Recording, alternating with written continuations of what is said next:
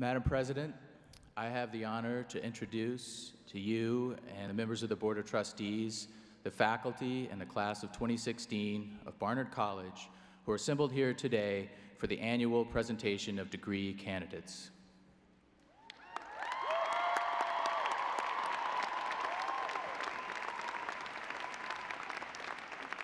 I am pleased to declare this 124th ceremony of the presentation of Barnard degree candidates now open.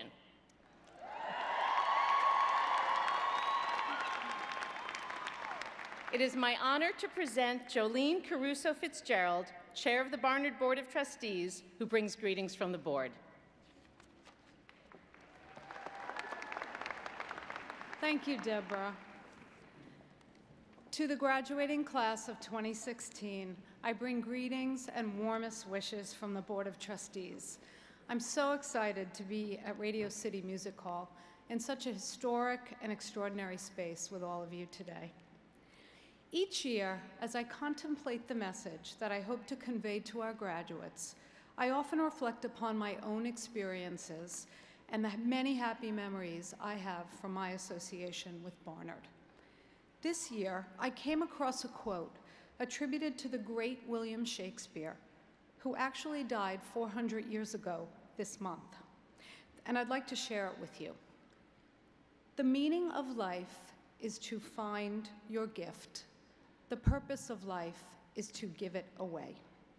As I thought about these simple words, they made me realize how deeply Barnard has inspired me throughout my life. Hopefully, we will all find our many gifts during life's journey, the special talents and abilities that enable us to succeed in careers, as partners and parents, as friends and influencers in our communities. For many of us, it's quite possible that these gifts were discovered and nurtured during our time on Barnard's campus. As I think about my own purpose in life, I count my dedication to my family and dear friends, a fulfilling and successful career for which I have great passion, but inevitably and consistently, I think about what I have received from and what I have been able to give back to Barnard. Barnard is among my most cherished possessions, and the reasons are numerous. The outstanding education and opportunities that my degree has afforded me, the lifelong friends that have remained close to me since my own graduation day, and more recently, the honor and the joy that has come from serving the college as a trustee. I also think about our amazing alums and how I lean on them, whether seeking a business connection, a doctor in a time of need, a student to fill an internship, an Athena scholar to help me with my company's website.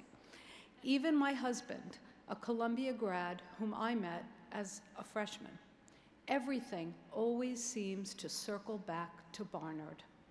I feel truly privileged to chair Barnard's board and work with President Spar, phenomenal trustees, the outstanding faculty, dedicated administration, and you, our brilliant and bold students who continue to teach me so much. Giving back to Barnard is easy. I hope today, as you exit the Barnard gates as proud graduates, that you too will count Barnard among your cherished possessions. Hopefully, we will all find our many gifts during life's journey, the special talents, oh, forgive me. Forgive me. I hope that you will reflect on the meaning of your education and your 4 years here, and that you'll make it a priority to stay connected. We all look forward to celebrating with you at your reunions, and we cannot wait to see how your lives unfold.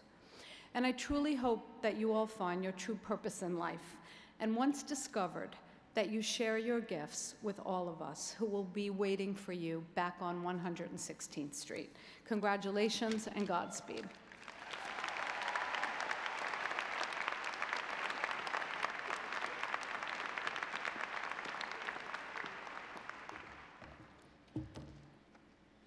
Good afternoon.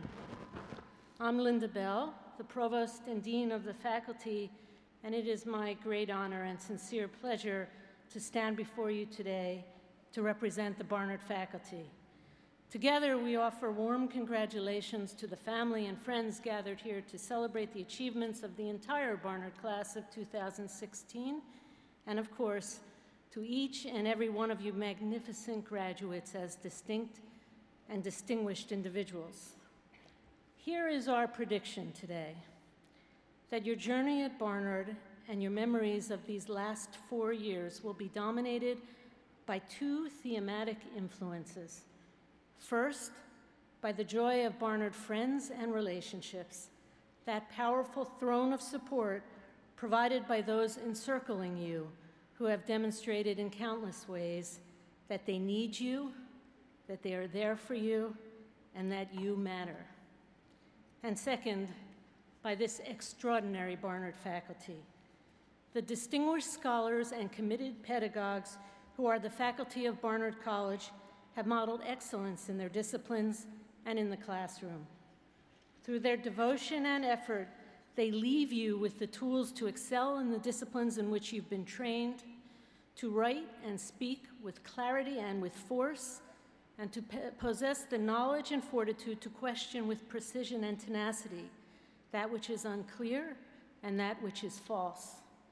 With great appreciation and much affection for their invaluable contribution, I ask that the faculty of Barnard College who are with us today rise to be acknowledged by the class of 2016 on this very special day of your commencement. Please rise, faculty.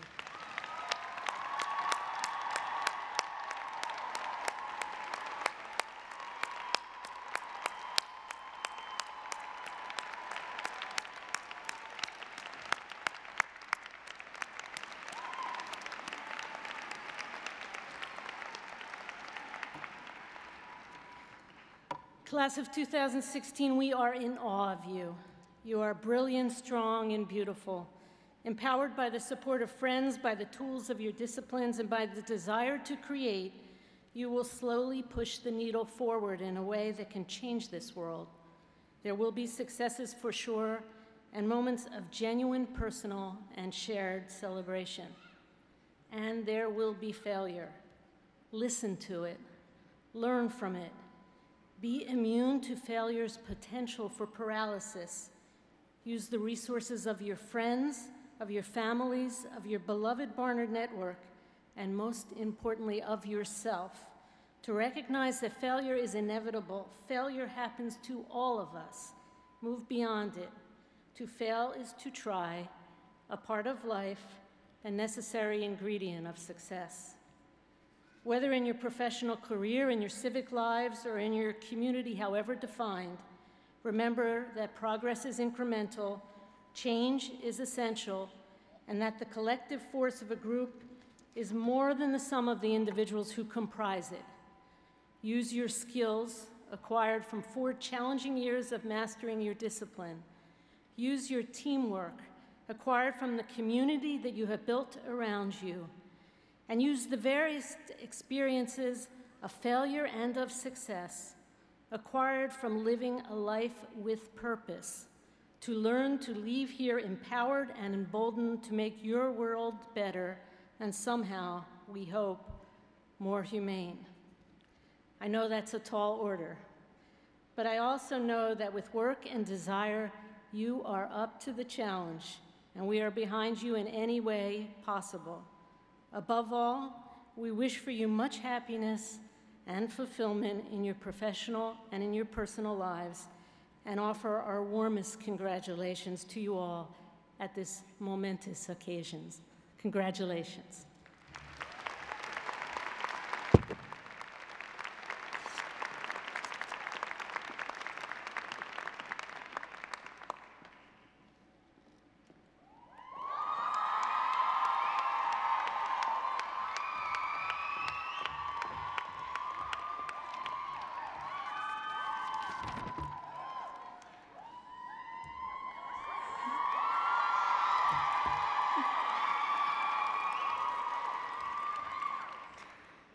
What a joy it is to stand before you all today. President Spar, Provost Bell, trustees, faculty, staff, friends, and beautiful families that built us. I am Shaza Abushi Dallal and a proud member of the class of 2016.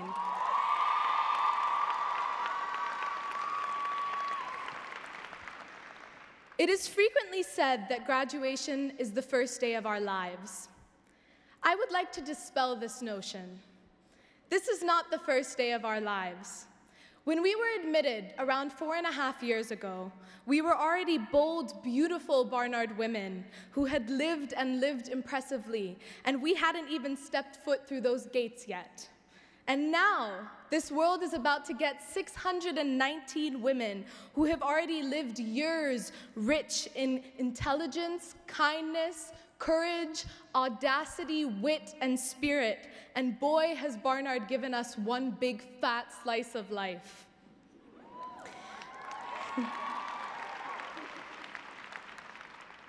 During my first semester at Barnard, out of sheer luck and a lottery that worked in my favor, I was placed into the first-year seminar, Reacting to the Past.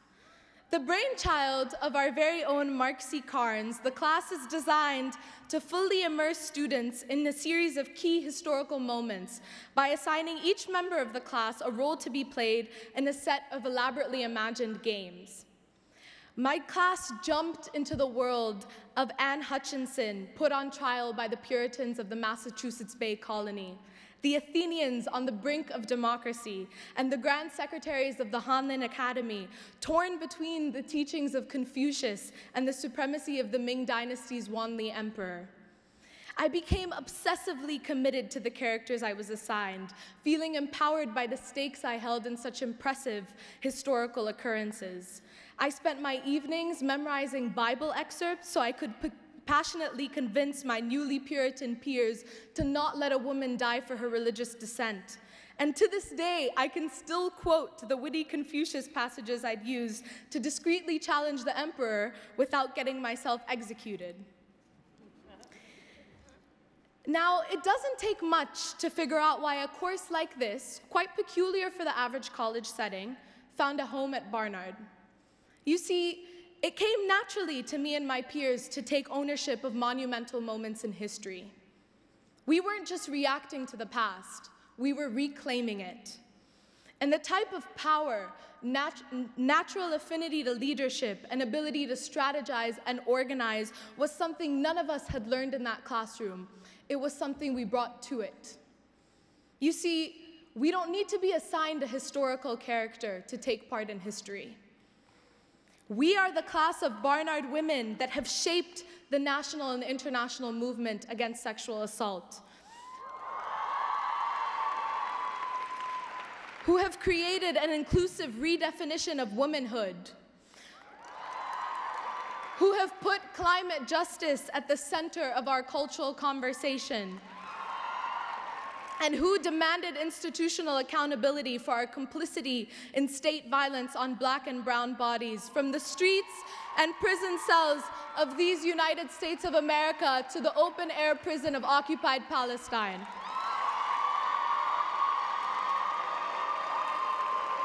Barnard women, do not wait for graduation day to be a part of making a mark on the legacy that precedes and will outlive us. So, my beloved class of 2016, this is not the first day of our lives.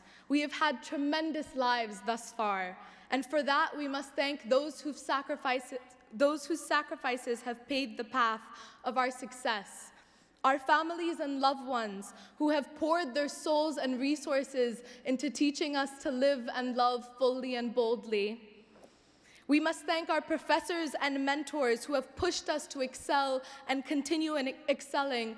But most of all, we must thank each other for enabling the delight, discipline, fire, and compassion in us all that will shape all the ordinary, extraordinary days of our lives.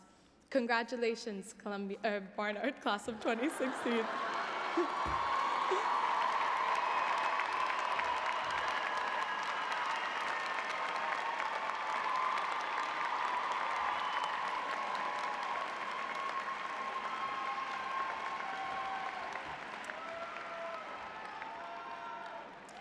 In 1931, Barnard established the Frank Gilbert Bryson Prize to recognize the senior who receives the most votes of her classmates for her contribution to Barnard during her college years.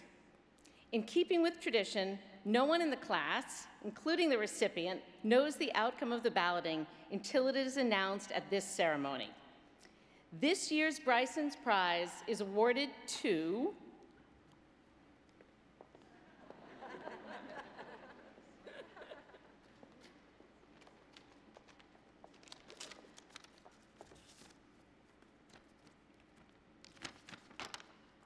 Deanna Arpi Yusufian.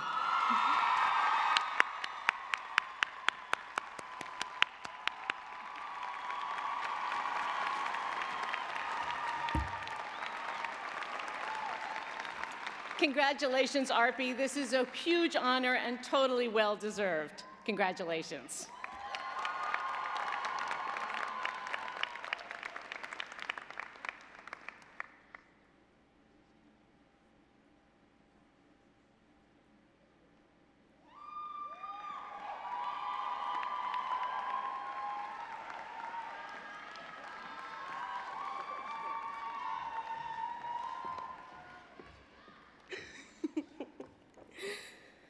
Good afternoon, President Spar, Dean Hinkson, trustees, distinguished guests, families, faculty, staff, and students. My name is Taisha Milagros Clark, and I am a proud member of the Barnard Class of 2016.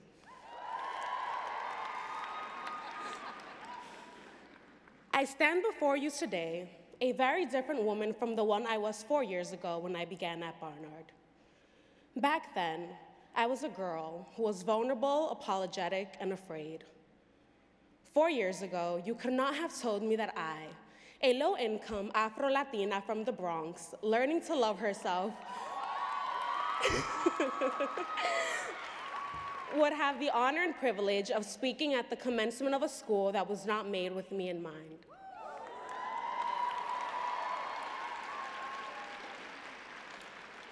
Thank you, Barnard, for affirming that although I was not part of the imagining of your inception, I do matter.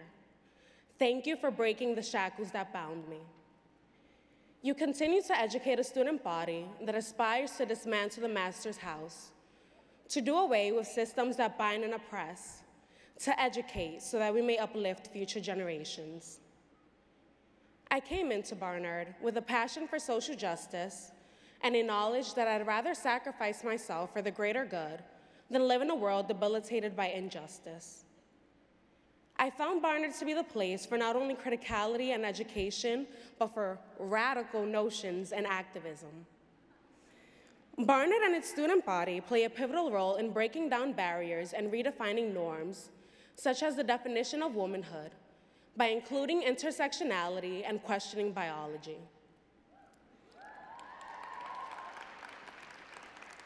Barnard students sometimes admit to living in their own bubbles, focused on navigating their own lives. Nevertheless, we come together and engage in dialogues that are not always easy to have, locally or nationally. Traditions such as Big Sub and Midnight Breakfast are a time to share a common meal and commemorate how far we've come. These beautiful traditions can also be a painful reminder of the identities that were neglected when Barnard was created. Barnard is a renowned women's college, but for a while it did not accept women of color or trans women.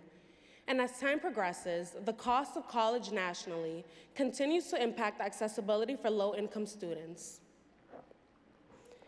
While we recognize how far the college has come, we also know that it has a long way to go.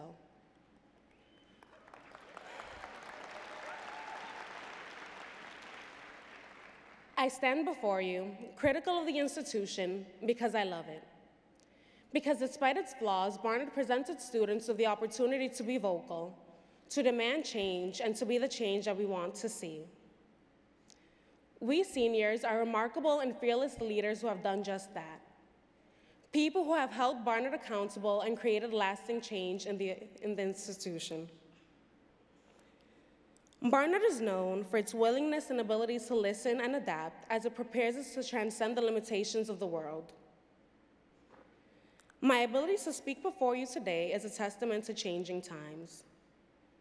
I cannot speak about traditions without remembering Barnard's past, but I can speak to an institution that welcomed me with open arms, nurtured me, taught me how to love and live, and stripped me of my fear.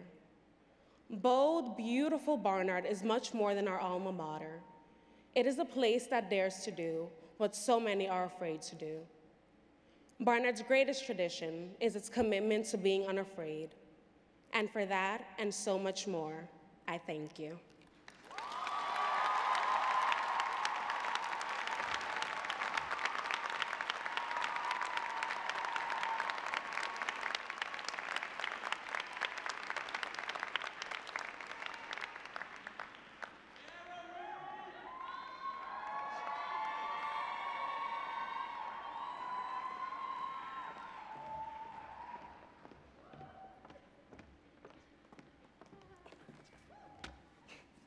Congratulations, class of 2016. My name is Sania El-Amin. And my name is Rohini Sengupta. And we have had the privilege of serving as your Senior Fund co-chairs. We want to thank each and every one of you who donated to Senior Fund. Our class has accomplished so much in the past 4 years. Our collective efforts have made our campus a safer, a more inclusive, and a more productive space. And Senior Fund has helped the class of 2016 leave a gift that ensures Barnard is a welcoming place for each and every student that enters our gates. Our gift is twofold. 25% will cover the cost of a physical gift on campus, repurposed outdoor furniture that will be unveiled when the new Teaching and Learning Center is complete. The majority of our gift will be used to replenish the Bare Essentials Fund. This fund provides for essential items not covered fully by traditional financial aid packages. We are proud that our efforts will allow future students to thrive at Barnard, regardless of financial need.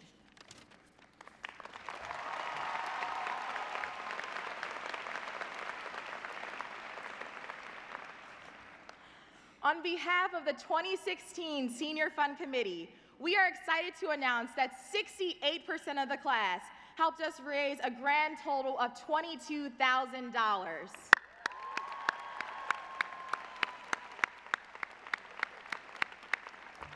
We are truly proud to be part of a class that will leaving such a strong legacy behind. We are grateful for the help and support we have received from the Barnard community, particularly President Spar, Dean Hinkson, the Athena Center for Leadership Studies, and alumnae Cheryl Green, class of 1966, Mary Rosenberg, class of 1978, and Terry Newman, class of 1979. Finally, none of this could have been achieved without the constant dedication of the 16 members of the Senior Fund Committee, who are all integral to our success. Thank you for all your hard work.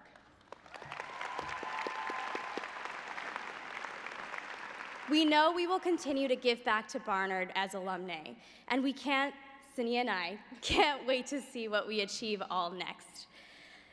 See you at our first reunion next June, and thank you very much.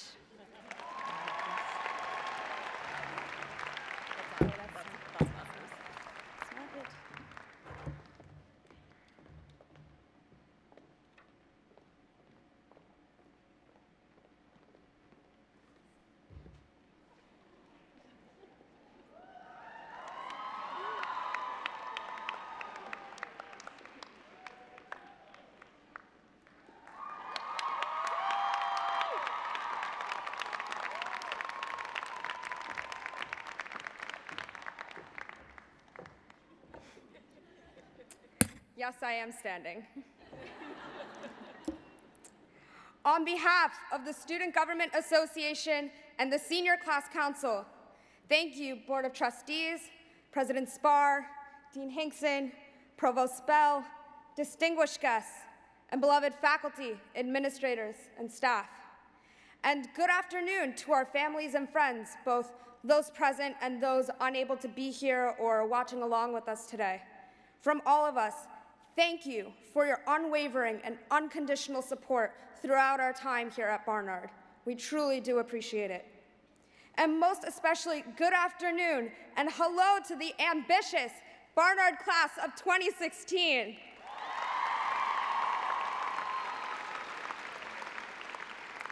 My name is Arpi Yusufian, and I have had the honor of serving as the senior class president. There are years that ask questions and years that answer.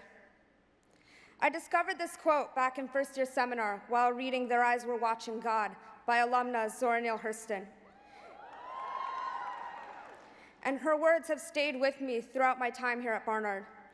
As an eager and admittedly very energetic first year at the time, I thought that the coming semesters at Barnard would be the years of questions, and that the years after graduation would naturally be the years that answer. To say that we have all of the answers right now would be a bit naive.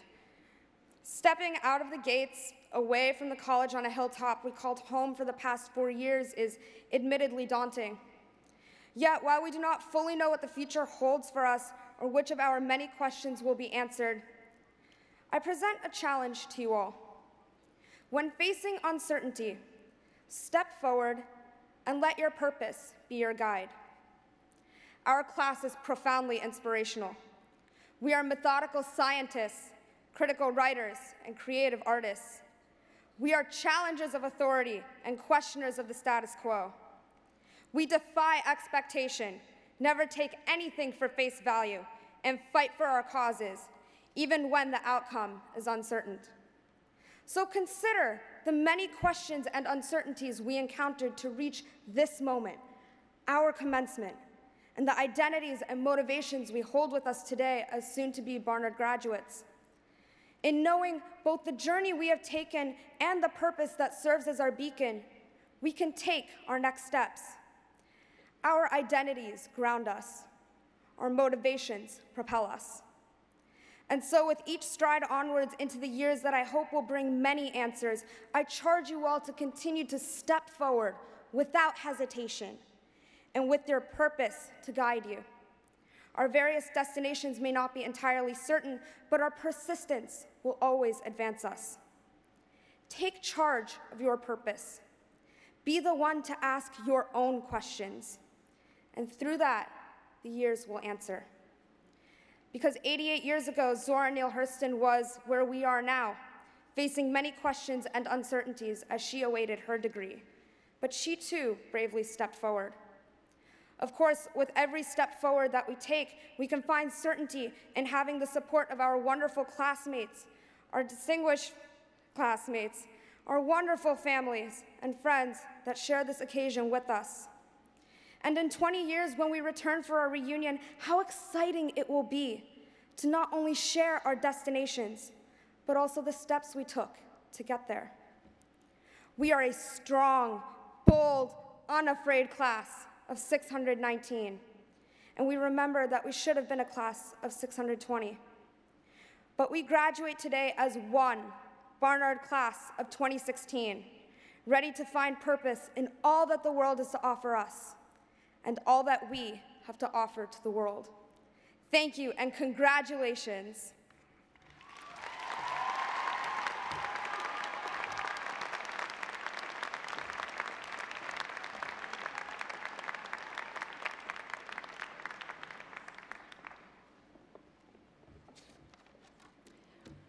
Thank you, Arpi. Thank you to all the student speakers. You were terrific, and we really enjoyed hearing your words.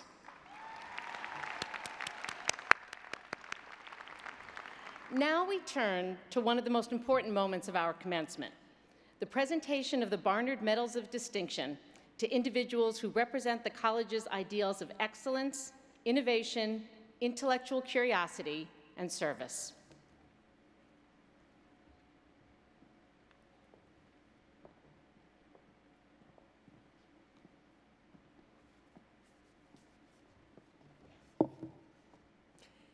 I am Lita Orzek, Barnard alumna and trustee. I am honored to present the citation to Chimamanda Adichie.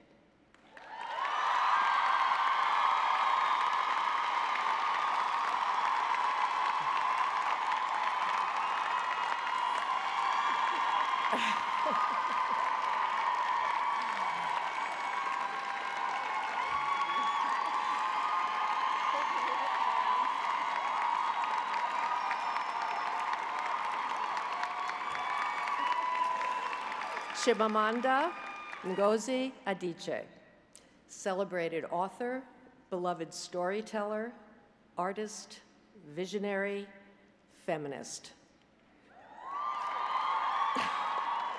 You spark the conversation, upend the status quo, and open our hearts and minds to the world. Being born in Nigeria in 1977, the fifth of 6 children, was clearly a significant start. Your father was a professor, your mom the university registrar, and your childhood a happy one, though tinged by the legacy of war. Books were your haven and your guide, and by age 10, you had read enough to know that people just like you could, in fact, inhabit them. Medicine seemed like a worthy pursuit, but by age 19, you left for the United States to follow a new and auspicious path. A bachelor's summa cum laude from Eastern Connecticut State, a master's in creative writing from Johns Hopkins University, and another in African studies from Yale. You were gathering the tools and the temperament to present us with your gift in words, with Africa as your muse. In 2003, that gift took the form of Purple Hibiscus, your first novel and one to notice, about breaking free and defying expectation. 3 years later, in Half of a Yellow Sun, you gave voice to the ravages wrought by your country's civil war decades before, and for it won international acclaim and the Orange Prize for Fiction.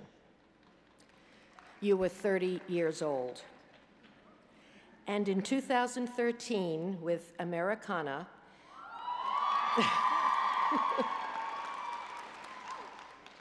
you wove a post-9/11 story of race and identity that has been hailed as a benchmark for literary excellence, one of the New York Times top 10 best books of the year, winner of the U.S. National Book Critics Circle Award, and the object of heaps of attention.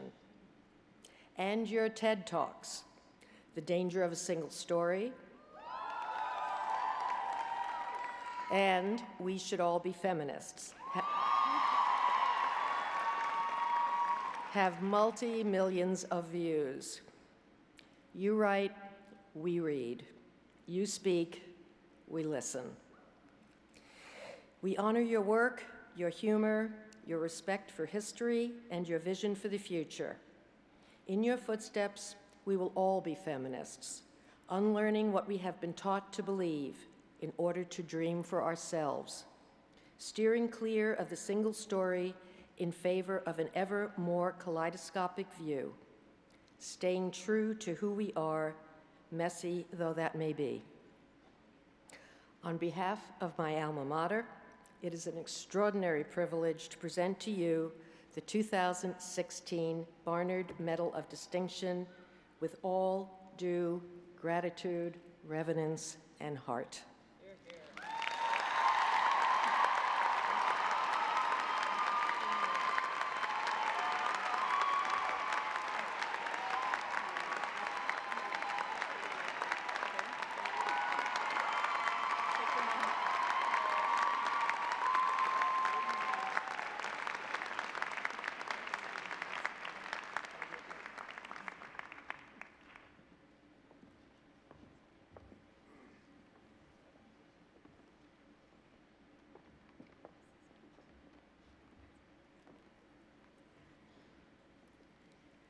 I am Yvette Christianse, Professor of English and Africana Studies. I am honored to present the citation to Sister Simone Campbell.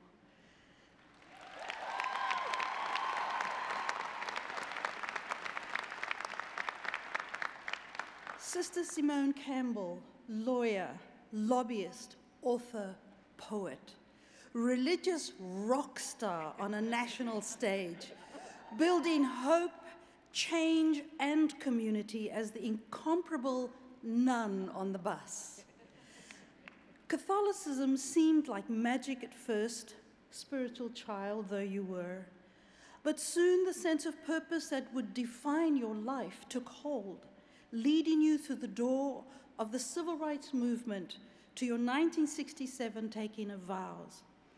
Henceforth, you dedicated your entire existence to what you knew as God's vision for justice, to help the poor and marginalized, and to champion the cause of peace.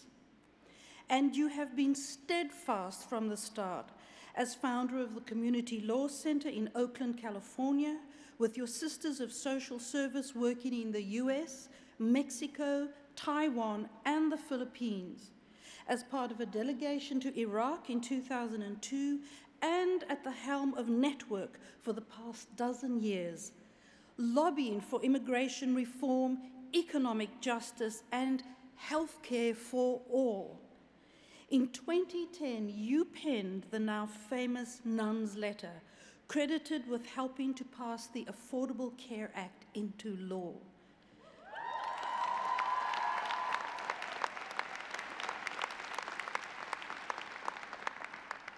But it is with Nuns on the Bus, born in 2012, that you have truly spread the good and the word. Over the course of 4 cross-country tours, you have galvanized people who face hardship but lack an ally. Folks from Wheeling to Topeka, for whom budgetary cuts and general disregard have made times tough. You let their stories open your heart, promising to take their tales to Congress and lobby for the 100%, a living wage, voter turnout, compassionate public policy based on real-life needs. You ask, how can I leave you out if I've heard your story? And then, poised at the intersection of faith and politics, you lovingly bridge the divide. Here today, Sister Simone, with colleagues and graduates before me, we pledge by your example to walk towards trouble, walk willing, walk on with equal parts of doubt and trust, talk about the important stuff, talk to each other, and opt to be spiritually and intellectually bold. We thank you for helping to illuminate our paths and are proud to honor you with the 2016 Barnard Medal of Distinction.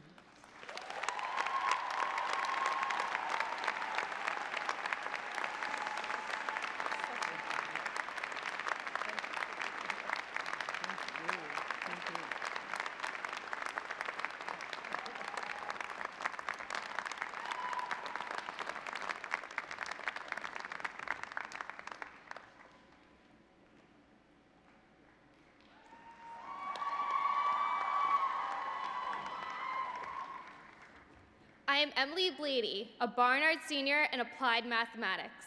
I am honored to present the citation to Shafi Goldwasser.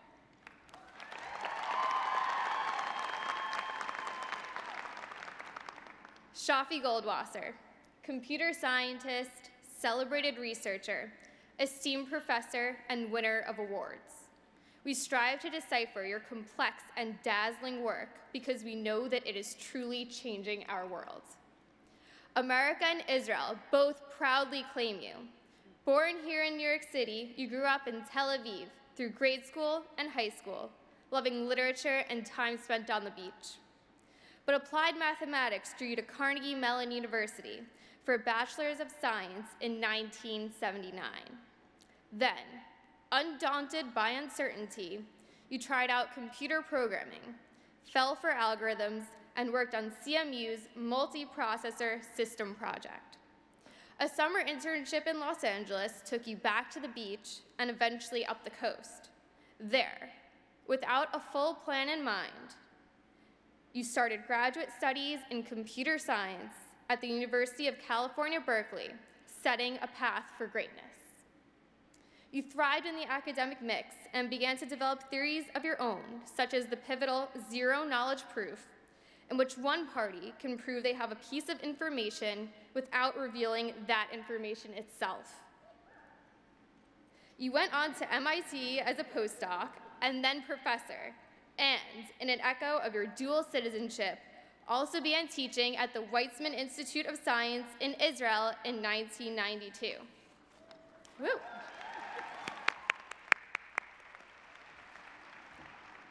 In the decades to follow, you would leave no sublinear, pseudo-random bit of data unturned. But it was a match made in computing heaven with colleague Silvio Micali that propelled you further still. Together, as you've said, you let your imaginations run free, developing new mechanisms for how information is encrypted and secured. On June 15th, 2013, the two of you earned the prestigious Alan M. Turing Award, often known as the Nobel Prize in Computing, for transforming and revolutionizing the science of cryptology.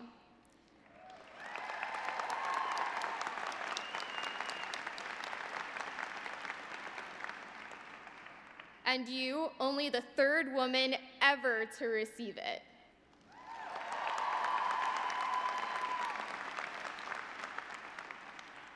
We have so much to learn, not only from your stellar work, but from your intrepid and clever approach to life. Be persistent, follow unlikely leads, look to your mentors for inspiration, and kick dogma and conventional wisdom to the curb. Therefore, Professor Goldwasser, on behalf of my alma mater and my 618 brilliant Barnard classmates, it is an honor to present you with a 2016 Medal of Distinction, as well-defined proof of our limitless thanks and for all the discovery that is still yet to come.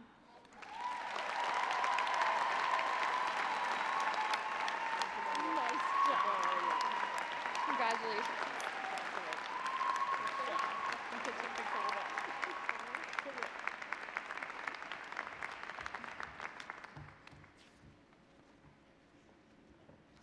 And now I have the great honor of presenting the citation for Anne Marie Slaughter.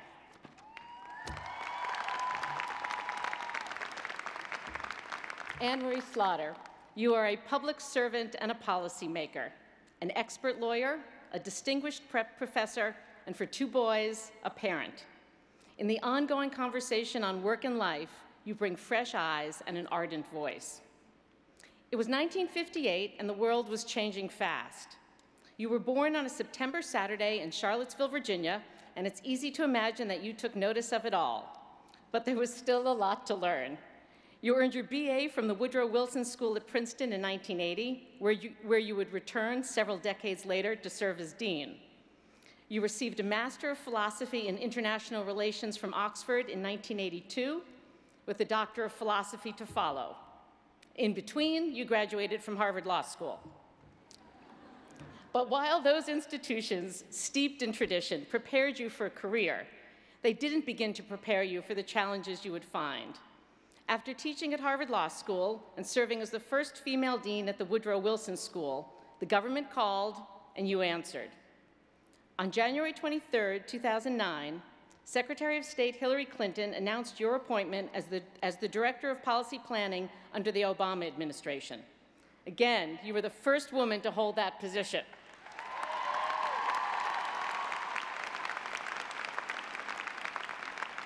A position that you called a dream job and a career high. For your stellar work, you earned the Secretary's Distinguished Service Award for Exceptional Leadership and Professional Competence, several meritorious honor awards, and the seeds of a serious life dilemma. The job at State had separated you from your family all but weekends, and in many ways, for many reasons, the situation eventually became untenable. So you made the choice to return home to Princeton, to join your husband, to focus on your teenage sons, to grapple, to write, and to examine why work life and family life were so often at odds. You had already authored 2 books on American foreign policy, but it was an article you wrote for The Atlantic just after changing gears that sparked dialogue and turned heads. Why Women Still Can't Have It All was one of the most read essays in the magazine's history. Why, you asked, were we sugarcoating reality? Why did women still have to decide between caring for their families and soaring through their careers, even if they had every advantage in the world? And how did the choices stack up for women in different jobs and sectors when their options were far more tightly constrained? You have worked for the federal government, dealt with some of the toughest foreign policy issues of our day, commented on everything from cybersecurity to the world's refugees, written your latest book, Unfinished Business, along with hundreds of articles, and now serve as president and CEO of the think tank and civic enterprise New America. Anyone would say that you've pretty much done it all.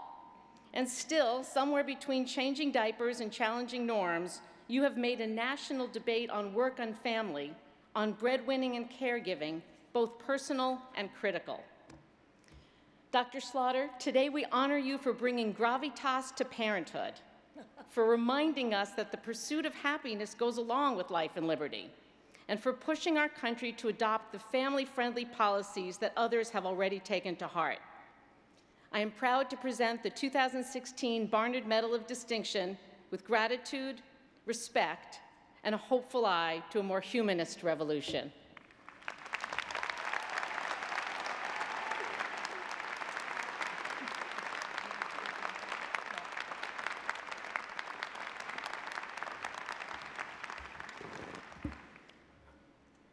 I am deeply honored to be giving this address.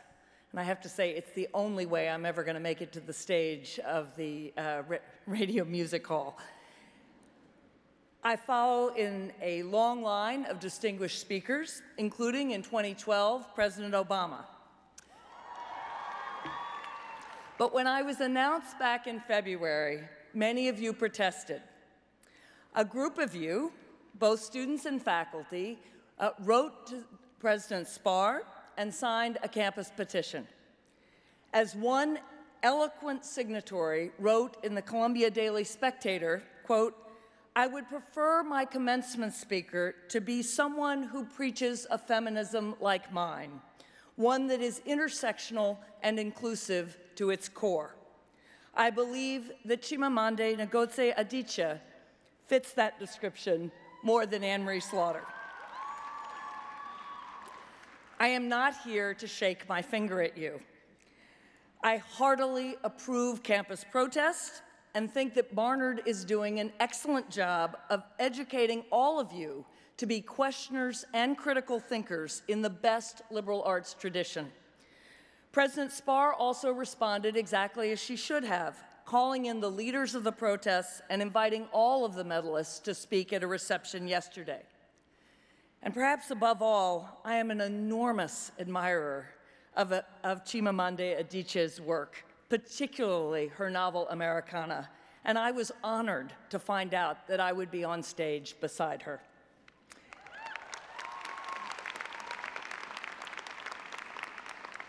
The deeper issue here, however, is the nature of contemporary feminism. Questions of who can speak for whom and what we should be speaking about. The protesters charge that I am a representative, quote, of white corporate feminism, unquote, the feminism, quote, of upper middle class white heterosexual women, unquote, that fixates on why more women cannot make it to the top of professional ladders rather than focusing on the questions facing all women, particularly women who confront the barriers of race, class, and sexual orientation, as well as gender. I am indeed white and upper middle class. As a lifelong academic, government official, and now nonprofit leader, I am not corporate, although for these purposes I am categorized together with Facebook's COO Sheryl Sandberg, who renewed the energy of second-wave feminism with her original lean-in speech at this commencement in 2011, something Barnard should be proud of. The title of my 2012 Atlantic article, Why Women Still Can't Have It All, is often taken as emblematic of a wealthy woman's focus on having it all rather than trying to help women who have barely enough. But does my identity mean that I cannot speak for women who do not look or live like me? This is the same question that has created the generational split among so many women with regard to Hillary Clinton's presidential campaign. Older women see her as breaking barriers for all women. Many younger women focus more on her wealth and privilege than on her gender. It's an important question to be taken seriously and answered, or at least wrestled with. I will argue today that each of us can speak only our own truth, but we can understand our truth as standing for others as well as for ourselves. Speaking and standing for others, however, should include creating and insisting on space for those others to stand and speak for themselves, which is why I laud the protesters against me. And it requires direct, open, and honest dialogue among all. Still, we must move beyond protest. Today, now, in this country and this world, at this time, we must come together as women, as men, and as members of a larger humanity. We must come together as competitors and as carers. Carers is the word the British use. I find it fascinating that it is just one E away from career. You know all about competition. You competed to be admitted to Barnard. You've competed against each other in classrooms and clubs and on platforms and playing fields. I was recently on the website of the X Prize Foundation, the ultimate emblem of techno-optimism, offering prizes for everything from cures to cancer to voyages to Mars. We believe in the power of competition, it says, that it's part of our DNA, of humanity itself, that tapping into that indomitable spirit of competition brings about breakthroughs and solutions that once seemed unimaginable, impossible. Competition is certainly part of American DNA. Other societies that have faced harsher conditions for survival, as indeed many Native Americans did here, developed cultures that put an equal premium on care. Care is investing in others, ensuring that family members, community members, students, the sick, troubled, disabled, and disadvantaged grow and thrive. It is equally part of our human DNA, and it is equally important and valuable as a human activity. The majority of Barnard women of my mother's generation used their fine education to raise their children and invest in their communities. The Barnard women of my generation were taught to look down on that path, to see it as a waste of their talents and potential. That is wrong. It is right that all of you have far greater opportunities to fulfill your professional goals and dreams with far fewer barriers than your mothers and grandmothers faced. But being able to compete should not negate the importance of care. As a policy professional, I can say unequivocally that there is perhaps no single more important activity for the future security, prosperity, and equality of our country than investing in the care and education of all of our children.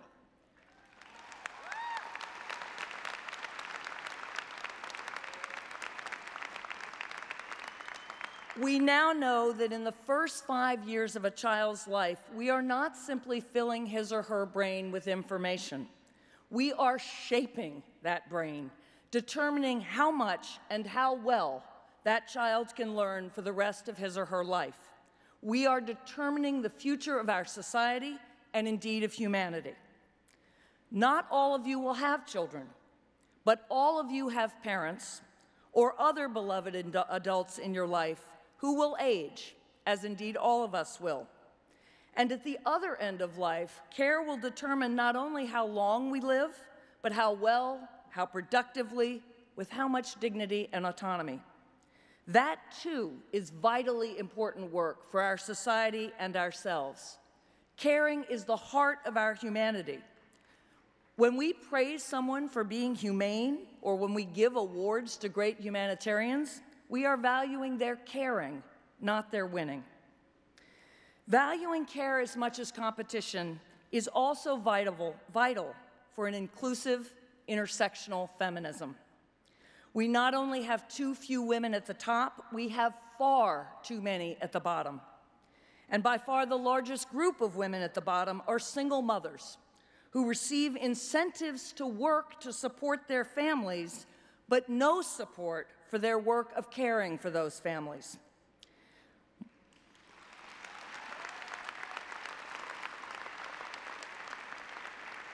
Moreover, the majority of paid caregivers, from child care to elder care, are poor women of color. Their work is essential, but we pay them the same as we pay people to walk our dogs, mix our drinks, and park our cars. We must see and compensate them as the workforce of the future of all of us.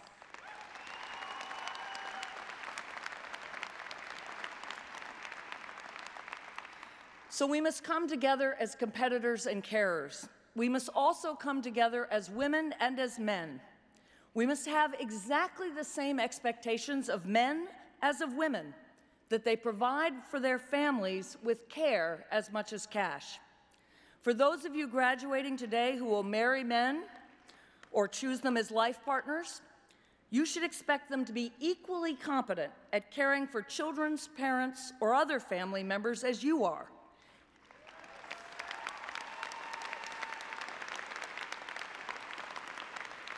And you should expect them to make equal trade-offs between care and career as necessary. That does not just mean helping, doing an equal number of things on the endless list that you will find yourselves drawing up. It means letting him draw up the lists, letting him take equal responsibility for everything from birthday parties to play dates to choosing schools and doctors. And it means deferring a promotion so you can take one, or moving for you if that is what your career requires.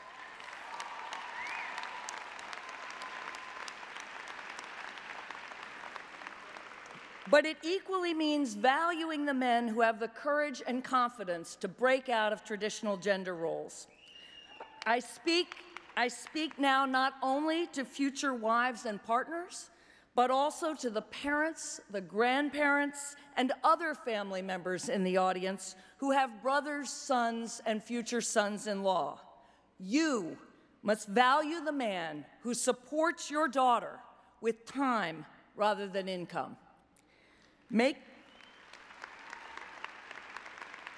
Making money is often easier than making time, but a family needs both. The men who are willing to step up as lead parents or lead caregivers for their own parents are pioneers, living the principles of equality rather than paying lip service. Real equality requires equal trade-offs, trade-offs that we should value when both women and men make them, to care for those they love or for their larger communities. And we will liberate men in the process.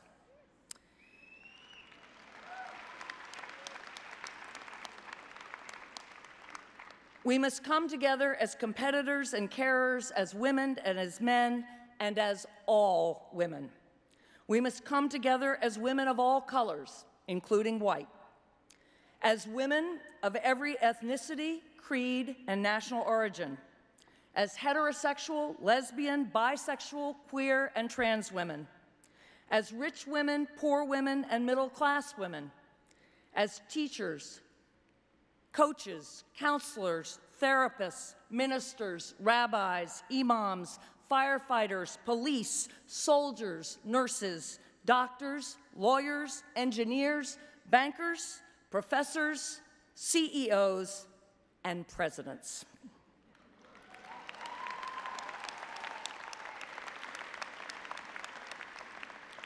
Gloria Steinem, another white privileged woman who opened doors for so many others, made the argument back in 1970 that a women's movement could be, quote, a revolutionary bridge between black and white women and between women and the construction workers and suburbanites, between Mr. Nixon's silent majority and the young people it fears.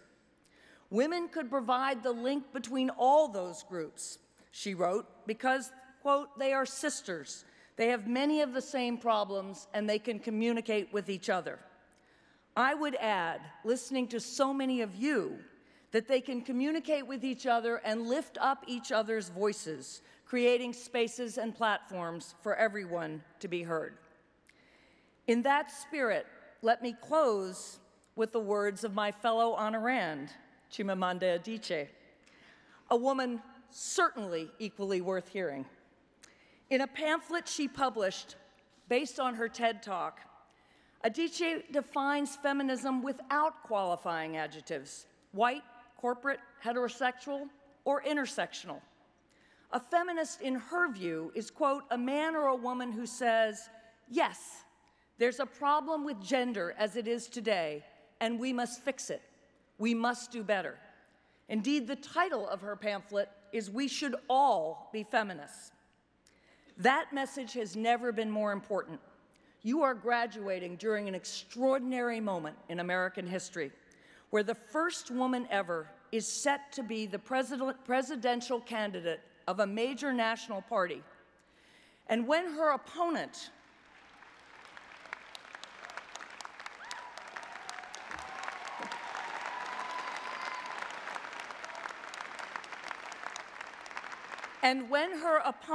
is openly peddling both racism and sexism, once again describing and rating women in terms of their breasts and bottoms. It is time to fight back, not as political partisans, but as citizens, as custodians of a great society, as champions of liberal values, not liberal in the political sense, but in the sense of your liberal arts education here at Barnard. The values of the Declaration of Independence, the Constitution, the Declaration of Sentiments at Seneca Falls, the Gettysburg Address, Justice Jackson's great dissent in the Korematsu case, Martin Luther King's I Have a Dream speech. The values of liberty, equality, justice, tolerance, and democracy. The values of all women and all men. The oldest strategy in the book is divide and conquer. United we stand, divided we fall. But not this time. We should all be feminists. And when we claim the mantle of feminism that our foremothers have woven, together with many of our forefathers, we should wear it as a chieftain's cloak, empowering us to stand and to stand up for all of our sisters and our brothers too. As Secretary Clinton proclaimed in Beijing in 1995, women's rights are human rights, and it follows that feminism is also humanism. So make this your day, your time, and your world. Come together, stand together, and lift each other up for competition and for care, for equality, and above all, for humanity, for all of us as equal members of the human race across the country and around the world, and for what makes all of us human now and forever. Thank you very much.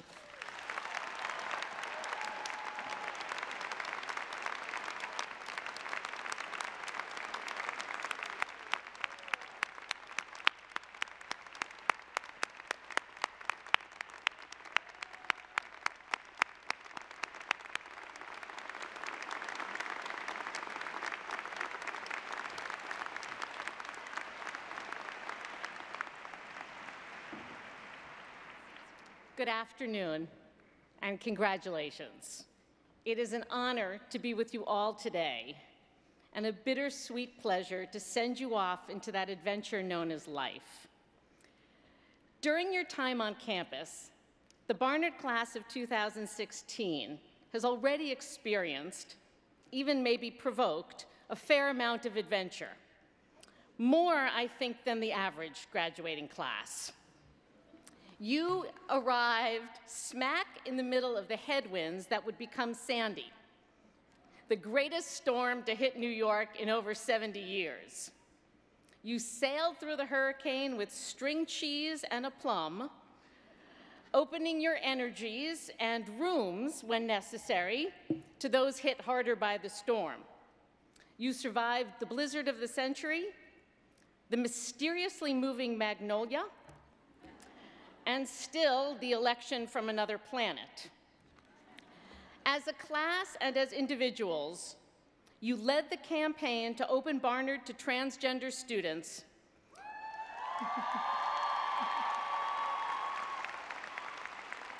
And were hugely active across the university in fighting to prevent sexual violence and support its survivors.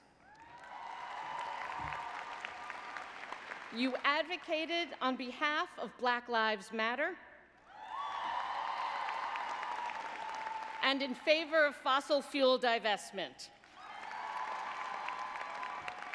And in your spare time, you made snow angels on the sundial and graffitied the last standing walls of Lehman Library. It is perhaps not entirely coincidental that your time in Manhattan coincided with that of another phenomenon, a small, obscure musical called Hamilton, created by the magnificent Lin-Manuel Miranda. Like you, Mr. Hamilton was hatched into adulthood by a hurricane. Like you, he channeled the energy around him and wrote it into his future, using words to press for change. Sadly, I do not have the cast of Hamilton hidden anywhere on this stage. I can't even get tickets anytime this millennium. But I do have some words, and with your permission, I will quote a few of them. This is from the song Hurricane. When I was 17, a hurricane destroyed my town. I didn't drown. I couldn't seem to die. I wrote my way out, wrote everything down as far as I could see. I wrote my way out. I looked up, and the town had its eyes on me. They passed a plate around, total strangers, moved to kindness by my story, raised enough for me to book passage on a ship that was New York bound. I wrote my way out of hell. I wrote my way to revolution. I was louder than the crack in the bell. I wrote Eliza love letters until she fell. I wrote about the Constitution and defended it well. And in the face of ignorance and resistance, I wrote financial systems into existence. And when my prayers to God were met with indifference, I picked up a pen. I wrote my own deliverance. Let me repeat those last words, the words of a revolutionary hatched in a hurricane. When my prayers were met with indifference, I picked up a pen and wrote my own deliverance. That's you, the Barnard Class of 2016.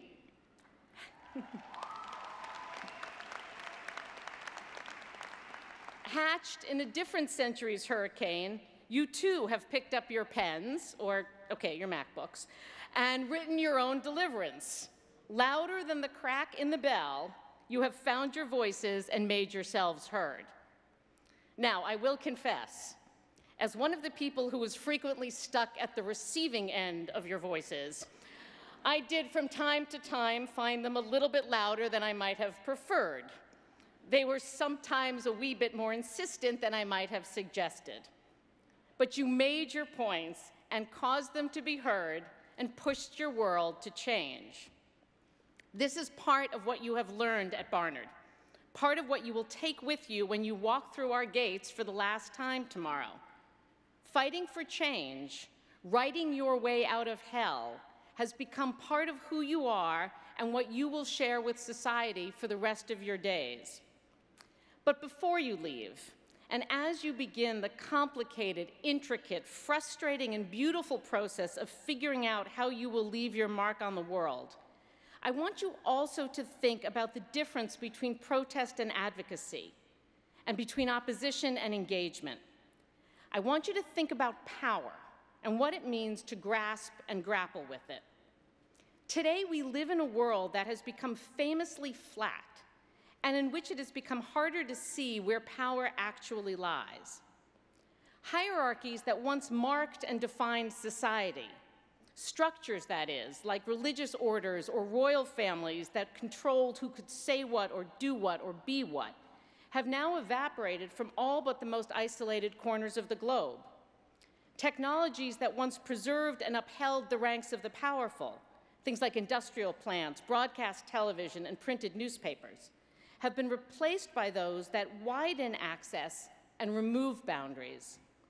In 1780, heck, in 1980, the only way to publish an idea or publicize a revolution was to pass through the filters of established media such as the New York Times or the Washington Post. Today, every single one of you, or at least those of you sitting in the first rows of this theater, post regularly to Snapchat or Instagram or Facebook, and movements around the world are being launched from your smartphones. When I went to college in the 1980s, I think I met the president of my university once, and never would have dreamed of addressing him, good Jesuit that he was, as anything but Father Healy. Today, many of you email me directly, usually under the salutation of, "Hey, D-Spar."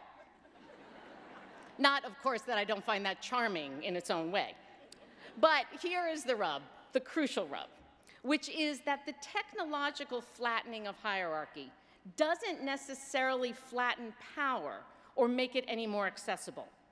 On the contrary, technology can actually obscure and mask power, making it harder to find and grapple with the real thing. Technology can provide a false sense of agency, enabling activists to blur the line between words and action, between communication and engagement, far too easily. Because what, tangibly and politically, is a Facebook protest? What's a hashtag? Clearly, they're not empty structures because words have meaning, and voices, especially those that are raised persuasively and collectively, do get heard.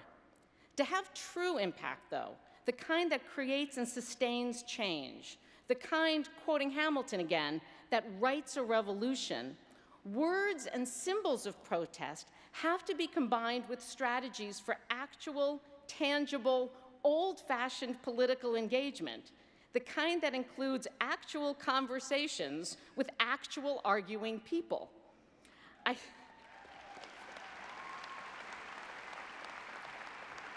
I feel like a Luddite even saying this, but it's important because politics matters, power matters, and gaining access to power means engaging with politics and the political system.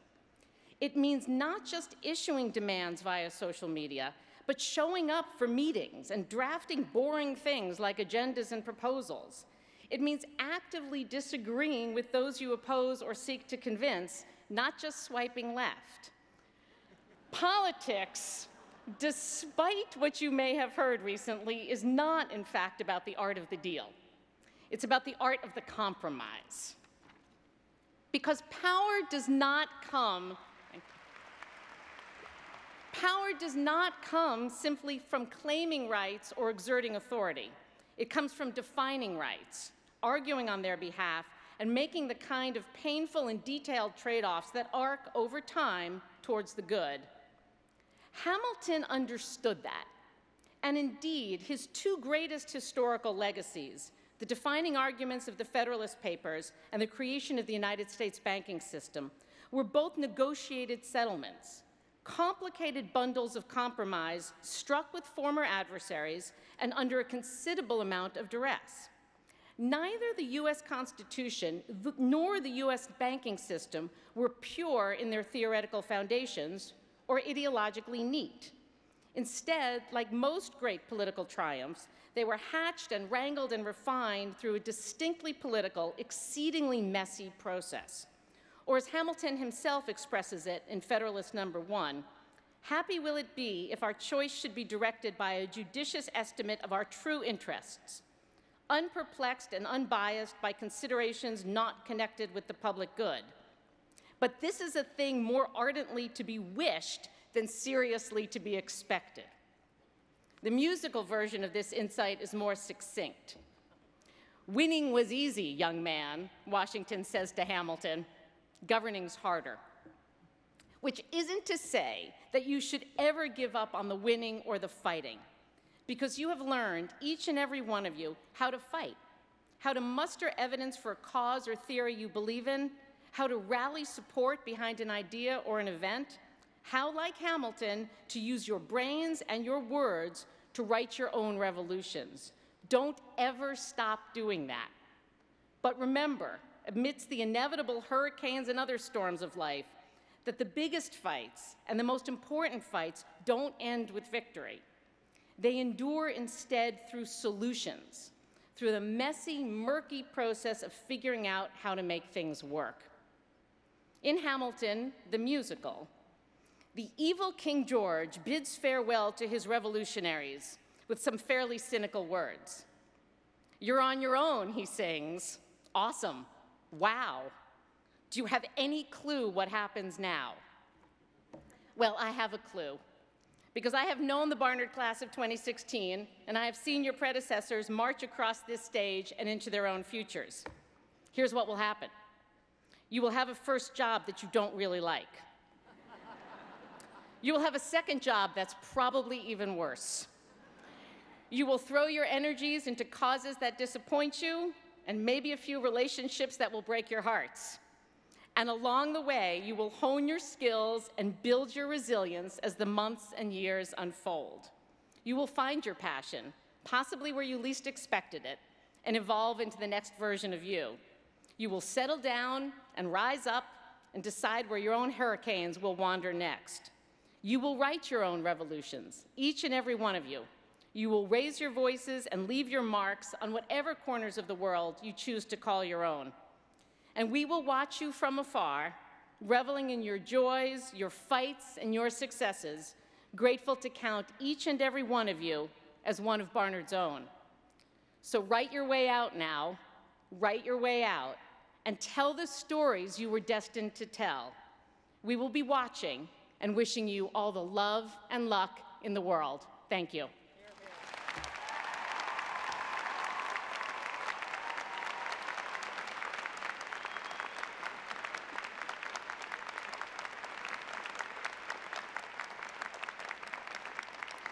I will now be joined at the podium by Dean of the College, Avis Hinkson, who will present the candidates for the degree of Bachelor of Arts.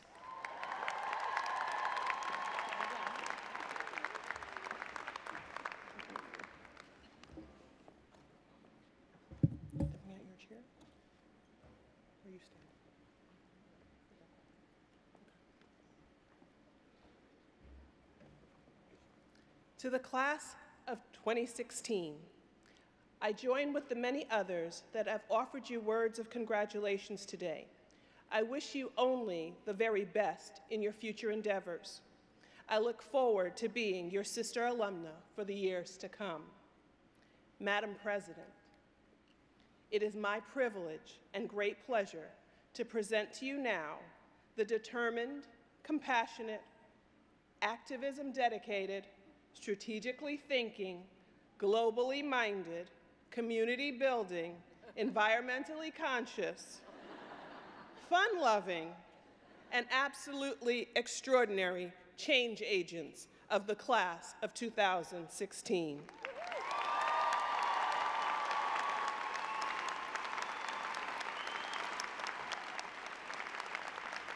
I do so with some mixed emotions, for we will certainly miss their presence and voices on campus.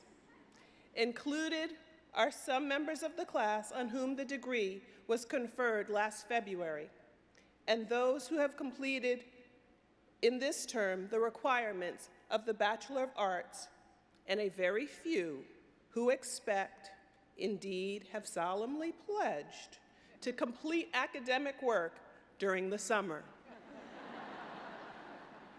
I will call the names of those who are present here today.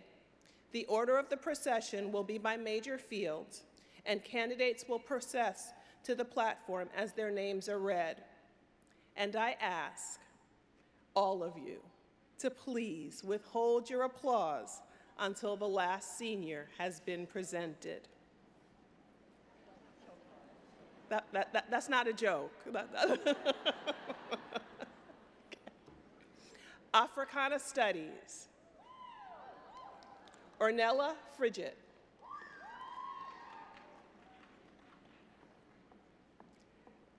Sandakule Mlambo.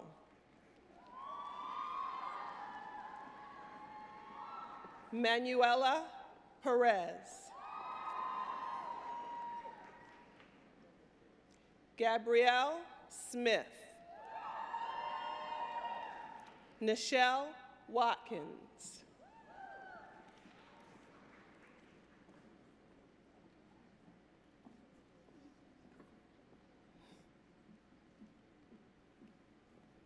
American Studies.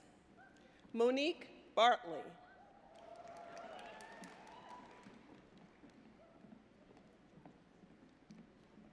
Brittany Beljack.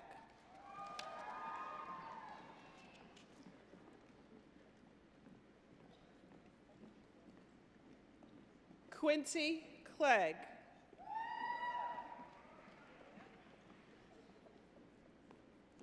Rachel Cohen.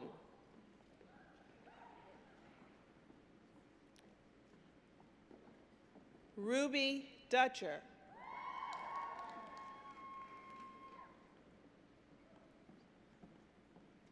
Nicole Juliette Friedman.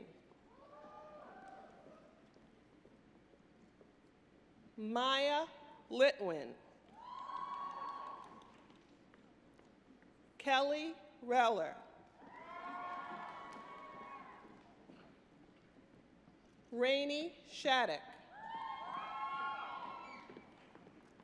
Annie Wang.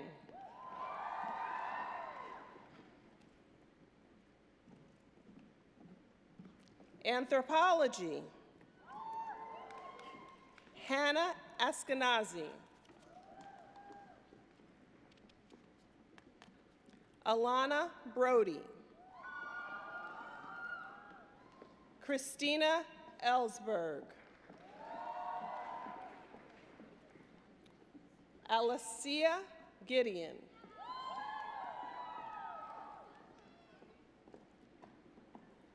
Molly Jacobson. Nadiva Koshinsky. Sarita Kavam.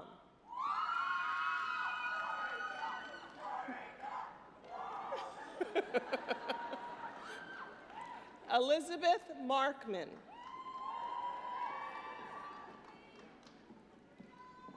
Kaylin Okada. Hannah Rips. Gabrielle Robbins. Caspia Schwartz. Ava Shine. Caroline Sermon.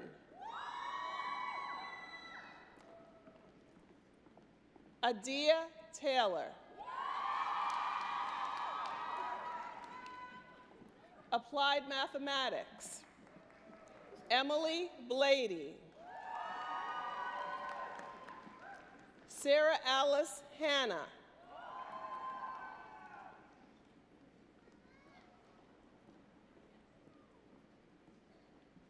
Architecture. Phoebe Allen. Alexandria Greenberg. Karva Karaszewski.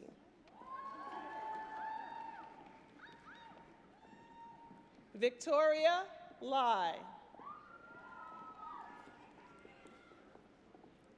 Cole Newfer.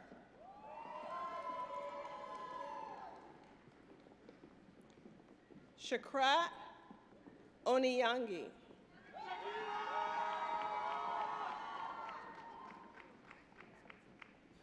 Sarah Rose Oster. Nicole Stack.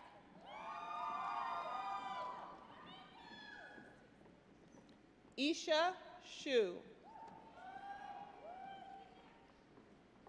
Art History. Gabriella Barsocchini. Laurel Brown. Samantha Burns Madelbaum. Olivia Chuba. Paulina Cohen. Leah Ehrlich. Najette Fazai. Chloe Fusianis. Katie Gritlian. Gabrielle Goldstein. Lisa Huang.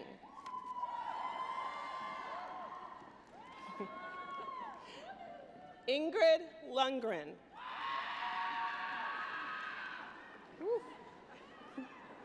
Anna McCormick Goodhart. Lily Morris.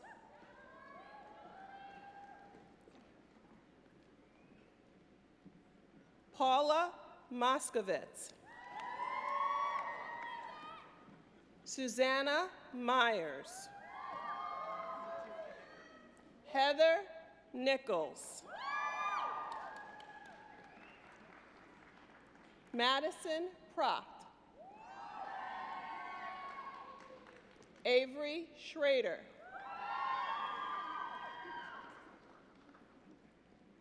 Austin Toussaint. Jessica Trafimo. Bellis Ustinel. Amber Kexon Yu. Josie Berman. Shay Bramuller. Francis Coxedge. Sophia Davis. Lillian Finkel. Leor Fussman. Kelly Huang. Kiani Ned.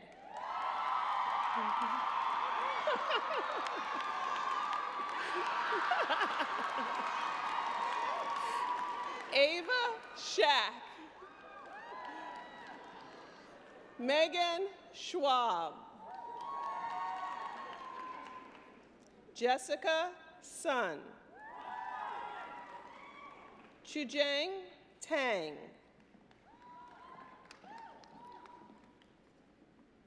Amadia Torres. Georgina Ustic. Eve Weiner. Michaela Benuded. Victoria Savala Carvajal.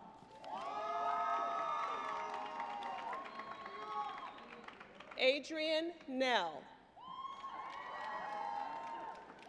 Asian and Middle Eastern cultures. Shin Ai.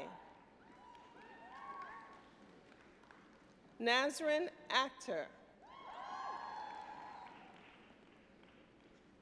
Christine Beaumont. Harriet Chan. Kayleen Chen. Moore Chen. Madison Farley. Megan Katz. Rachel Lim.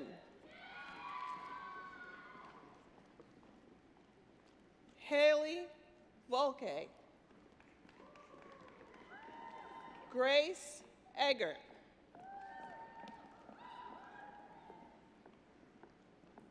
Astrobiology, Danielle Youngsmith.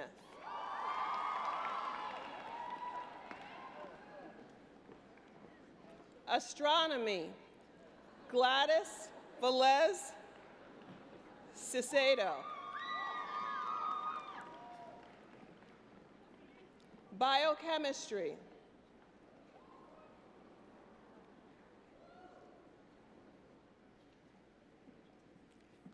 Nadia Asus.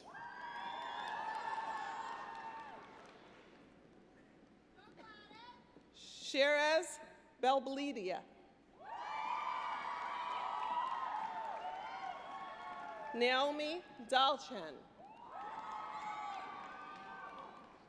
Verna Estes. Tayaba Jabin. Elizabeth Karnock. Teresa Kichek. Jamie Kim. Corina Lynn. Alexandria Oviat. Julie Philippe.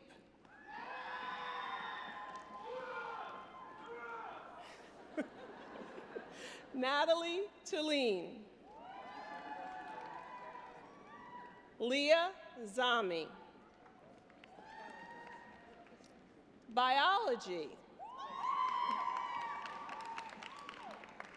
Tara Adamus. Perry Calloway. Rachel Karen. Darcy Cassidy.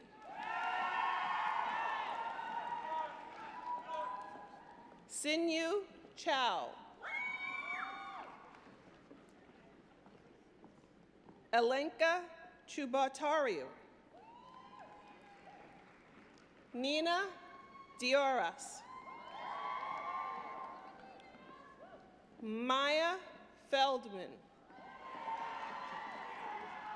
Cynthia Kane. Kara Lathrop. Sonia Mankin. Wei-Chin Hinge. Shruti Parekh. Elizaveta Prasejnuk. Madeline Sawyer. Rachel Simon. Manisha Thacker. Alexia Verstich. Chemistry. Isabella Buscarino. Zaina Hoot.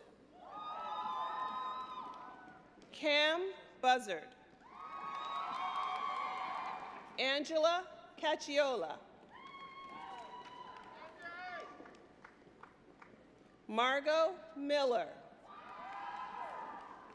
Asami O'Date. Allison Scorice. Rachel Starr. Classics and Ancient Studies. Myra Hyder. Catherine Kraus. Isadora Ryder Harcourt. Comparative Literature. Chloe Cassins.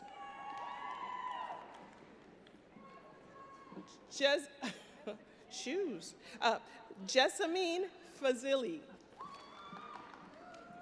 Kate Jester. Erasmia Gorla. Eva Kalikoff. Ju Lee. Alice Mahoney. Computer Science. Anfal Busayoud. Hosanna Fuller.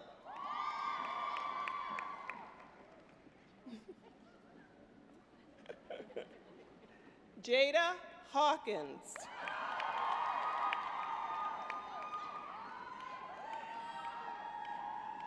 Bingyen Hu.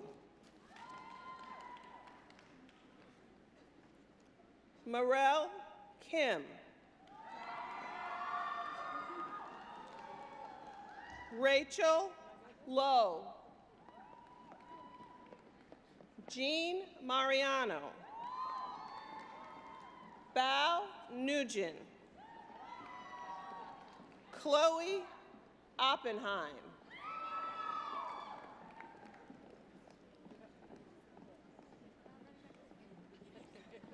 Alice Roddersman.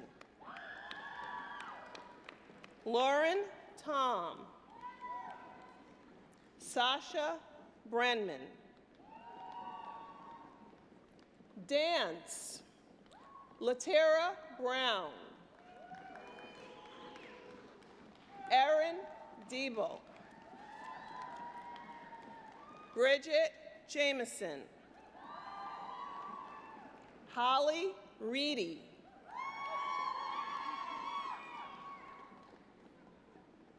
Economics. Adriana Aguayo. Anjali Adesani. Alex Barbier-Mueller. Rebecca Baslow. Zineb Belgetti. Kelsey Burns. Alina Bistekskaya. Roslyn Caballero. Iman Shaya. Christina Constantine. Maury Das. Melissa Davies. Virginia Duran. Marlena Ely. Mary Fowler. Isabel Francisco. Brooke Gottlieb. Christy Hahn. Caitlin Harrington Smith. Lucia Hernandez.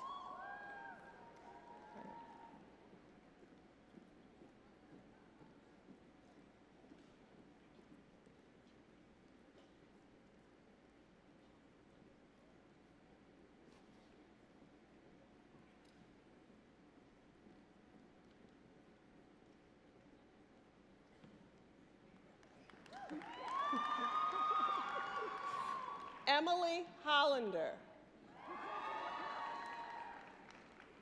Rachel Horzempa.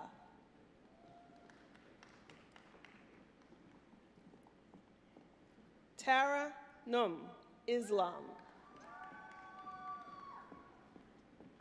Lily Jumeen. Olivia Kim. Tamara Kozowski.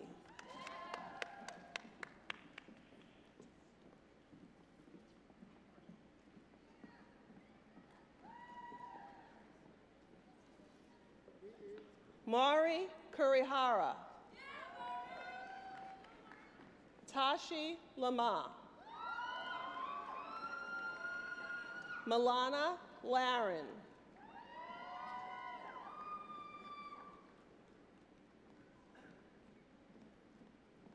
Lauren Lipsick. Weiru Liao. Vivian Liu. Liana Margano. Corinne Mattia. Kelly McNevin. Emmeline Milbank.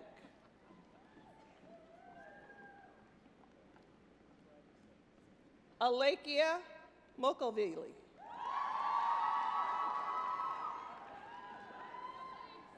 Jenna Murdoch. Nadezhda Nusipina. Isabel Ninj. Christine Ninj. Rafat Nagar.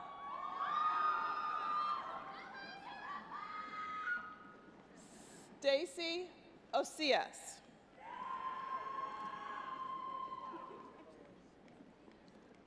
Shoshana Rosenfield. Eliana Roth. Alina Saki. Alana Salant. Christina Salerno. Alessia Salvatore. Adina Schmidt. Teresa Schmidt. Grace Shadid. Emma Sims. Selena Sprague. Nicole Strausser. Aiko Suyamato. Lauren Swank. Margaret Tang. Justine Tanner. Emily Teschner. Madeline Volpe. Lyda Weinstock.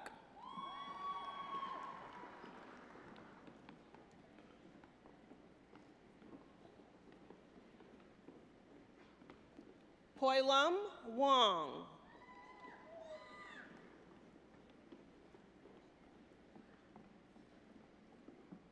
Carmen Shia.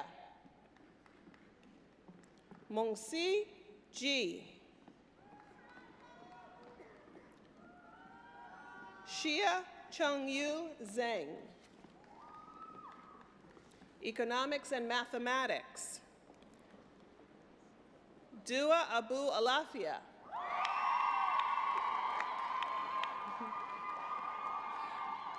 Tamam Ahmed.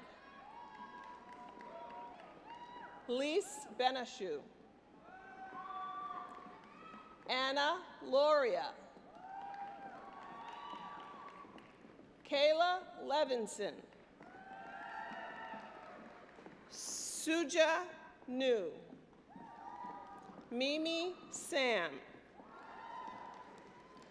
Lena Samora. Anna Solo Collins. Youngmei Wang. Alice Xavier de Brito.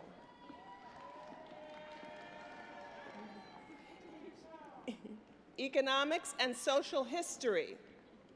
Jillian Cardona. Claire Grieve. Susan Harling. Allison Murdoch. Julia Gran.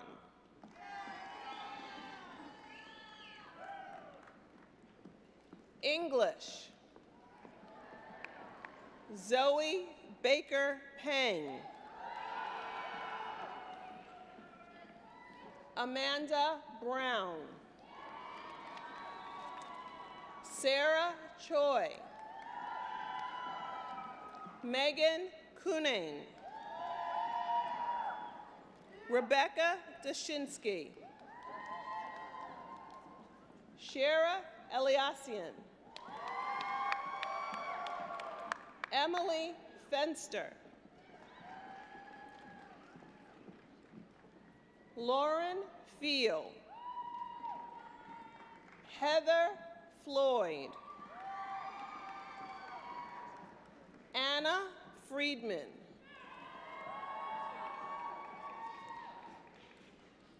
Anne Lamatika. Claudia Long. Sarah McCartney. Gina Massino.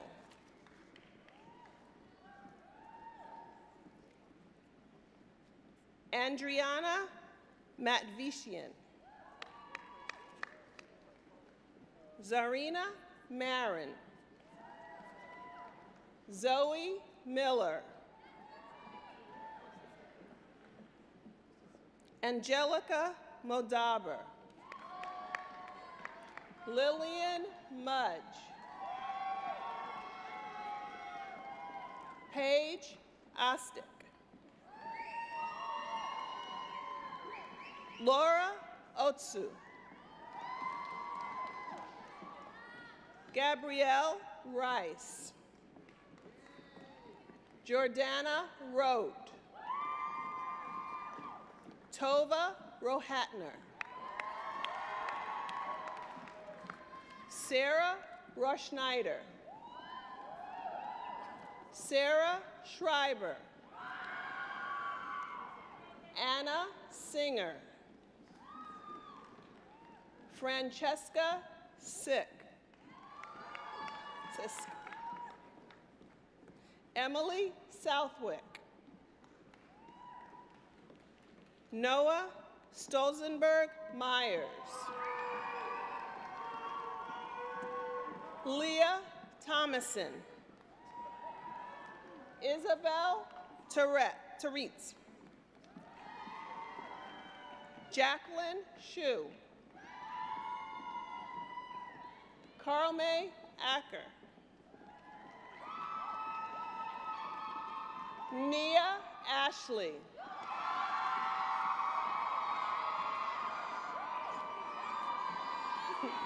Eloise Gigerich.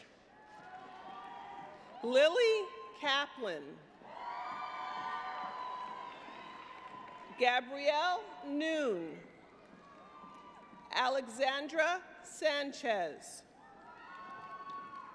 Elizabeth Cedrin. Ava Tunnicliffe. Christina Carrillos. Rania Abi-Rafe.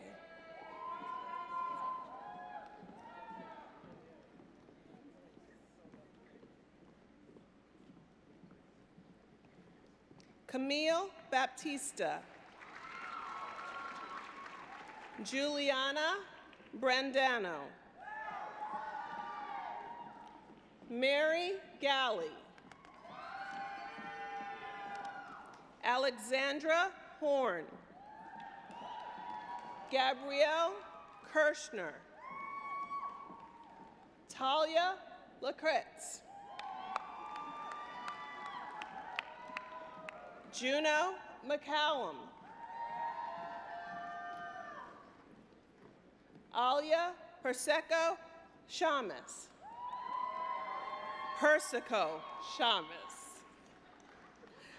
Amelia Picciarella. Sarah Shermian. Olivia Verslich. Hannah Williams. Lillian Fishman. Shelley Frank. Ellen George. Zora Shaw. Lillian Saffron. Environmental Biology, Rachel Harris. Dina Morris. Olivia Watkins.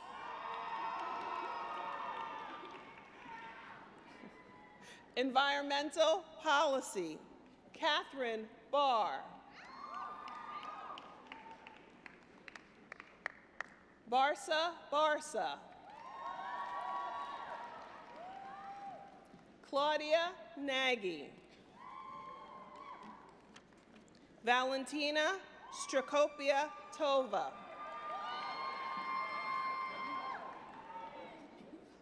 Environmental Science, Emma Bartnick. Catherine Corey Saavedra. Kayla Farrell. Fedwa Saber. Nada Vasquez. Marissa Wasmuth. Ethnomusicology, Esther Adams. Genevieve Ambrose. Jennifer Payne. European Studies, Catherine Francis. Film Studies, Rebecca Galen. Tiffany Contanianis. Rachel Rodenoff. Hannah Wenderquist Keller.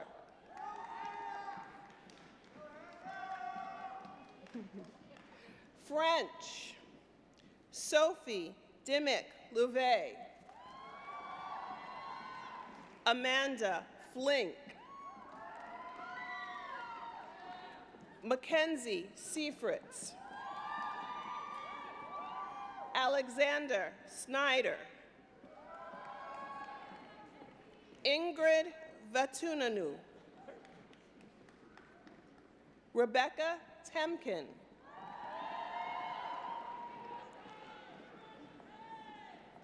History, Lee Bonner. Hannah Boysko. Allie Cho.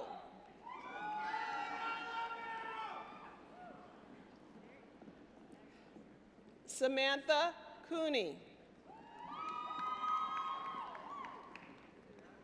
Catherine Dinerman. Caitlin Donahoe. Aida Duerte. Isabel Eberstadt. Mariam El-Nazahi.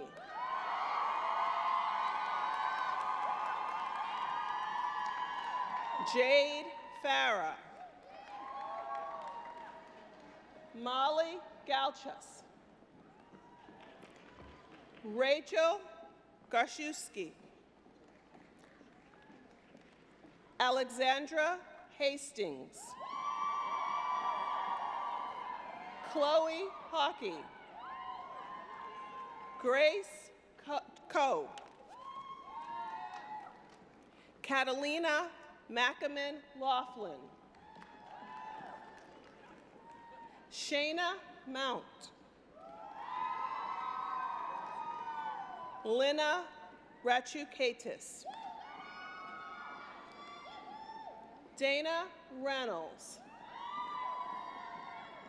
Elizabeth Rogers.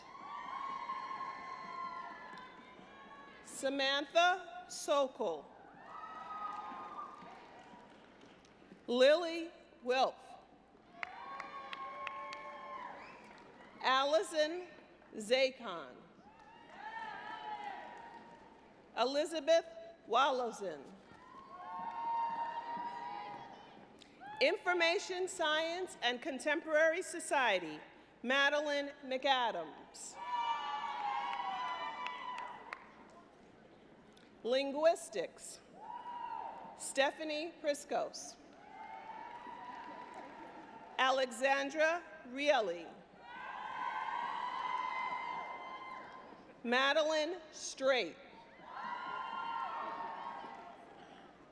Mathematics and Statistics, Sarah Hanks. Tracy Stevens. She, you. Mathematics, Ishrat Ahmed. Olga Sophia Tabek. Shelby Jennings. Medieval and Renaissance Studies, Clara Gutwein. Music, Mark King.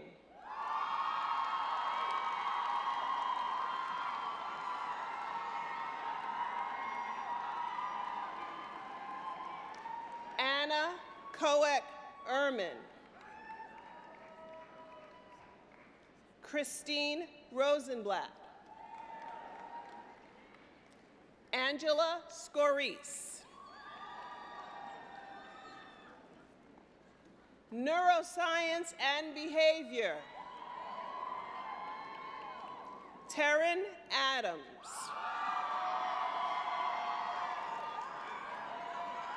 Anjali Agarwala. Quinitha Ahmed. Dakota Blackman.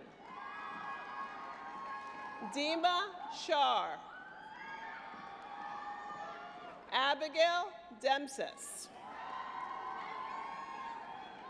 Rungsi Deng.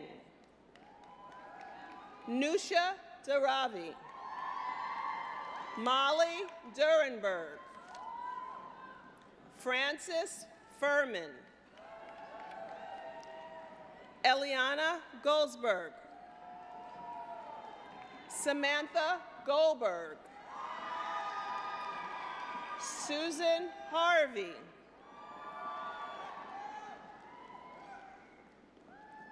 Daniela Hinojosa. Ayelet Hockman. Jane Wang. Rakina Imam. Christina Lagama. Sean Larossi. Vivian Mao. Josephine McGowan. Isabel Nelson. Ravenna Patel. Lori Pham. Alexandra Schultz. Veronica So. Chinanda Tavison. Maria Ciatis. Rachel Zenworth. Philosophy, Julie Ahn. Rachel Beta. Isabella Johnson. Jill Klein. Wansit Quay.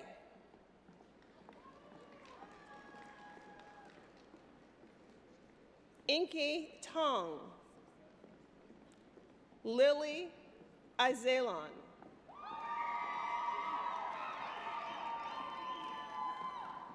Physics. Catherine Haber. Rita Preciado. Sashani Rose.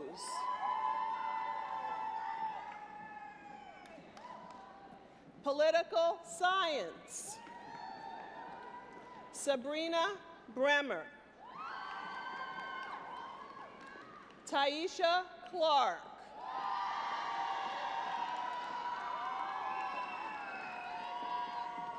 Eliana Fisher. Taylor Hemingway. Jordan Hollis. Antonia Miller. Jordan Palmer. Alexa Arabalita. Renata Arshafska. Sarah Rose Bachu. India Brown. Mariah Castillo. Maya Daver Messon.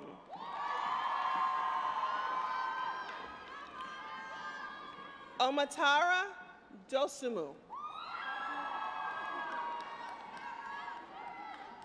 Rachel Dunphy.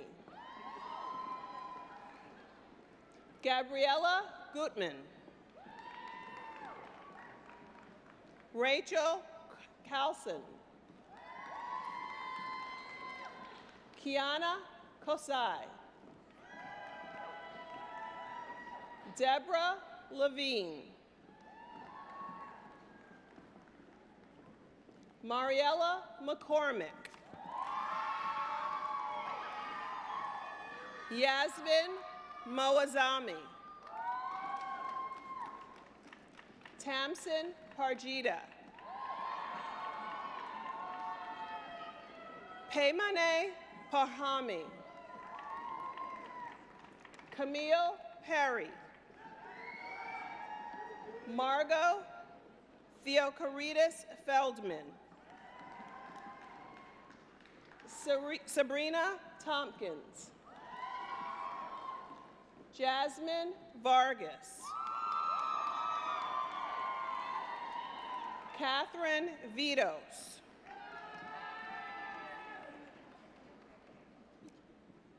Clark Wheeler. Matisse Woodruff. Sarah Yoon.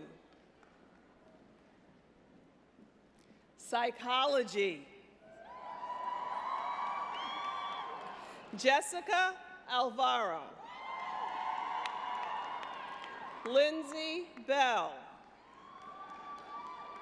Yael Bildner. Sydney Brinson. Shannon Browning. Linda Cardilano. Denicia Caveras. Christina Chartouni. Erica Cohen-Mayer. Samara Dennis.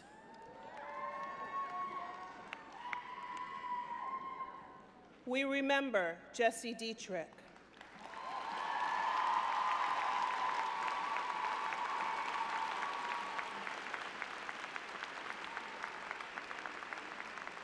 Faith Donaldson.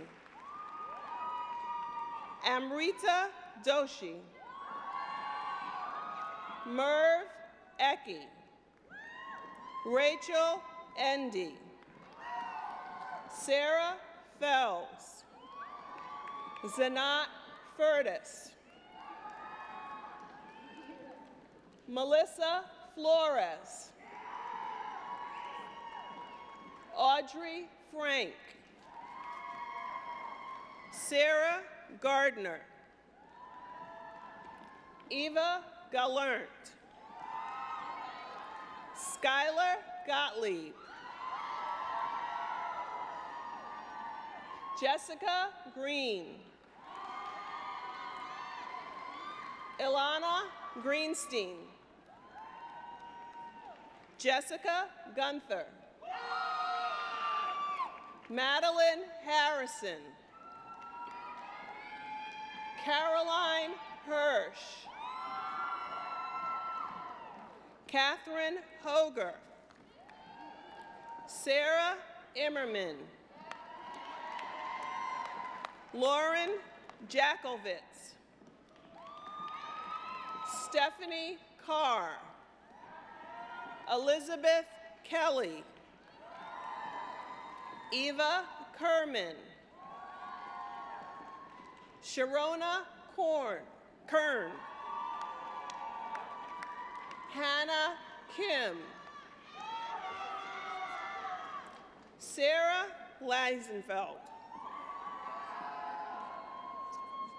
Talia Lefkowitz. Lisa Levinson. Maya Levy.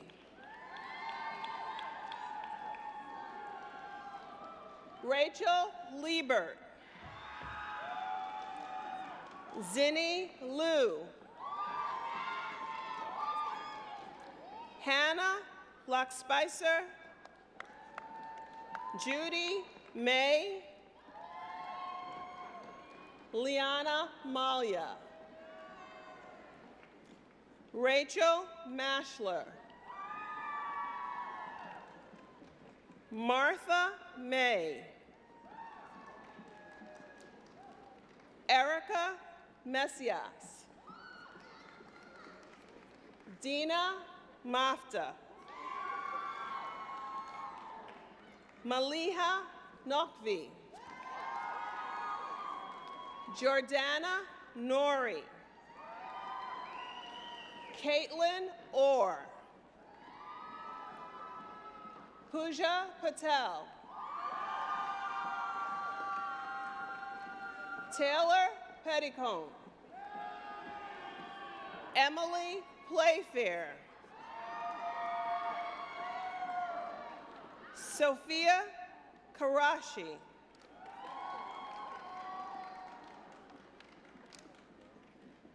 Joanne Raptis. Jessica Reyna. Tian Saltzman. Juliet Samimi. Rachel Saraf.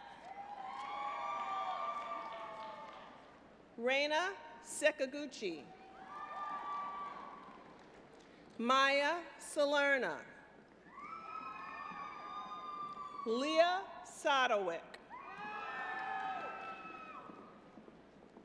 Varshini Srinivasan.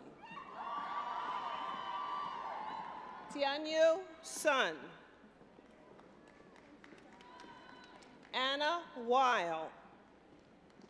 Stephanie Weiner. Sydney Wheeler Larson. Fiona Wilson. Kara Wood. Bryn Seltzer. Mary So. Religion. Rosabella Brown. Rebecca Guthrie. Megan Hartman. Sociology. Alexandra Barrington. Sylvia Flesher. Casey Guilfoyle. Celine Haberly. Jacqueline Hall. Marilyn Herrera. Farhana Jamal. Triana Kalmanoff. Myungjun Lee. Perry Meeks.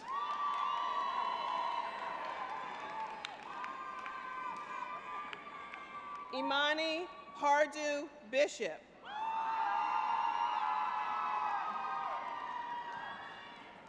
Priya Raghunathan. Harmony Richmond. Emily Shepard. Frida Steiner. Josephine Kovacs. Deborah Pollock. Spanish and Latin American cultures.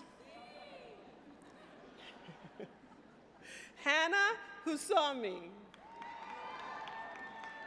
Edith Lerner. Allegra Milrod.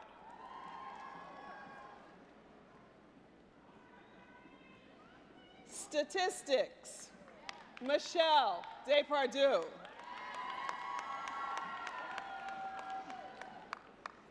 Theater. Christina Angeles. Jordan Askin.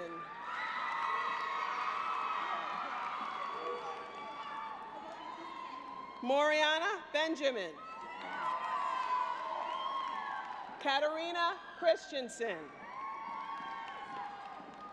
Lindsay Garber. Dana Jones. Juliet Kessler. Andrea Leonard. Andrea Marquez. Sophie Nobler. Nell Simon. Sarah Suzuki. Urban Studies. Adriana Harrison. Molly Levine. Haijing Lin. Esther Ninj.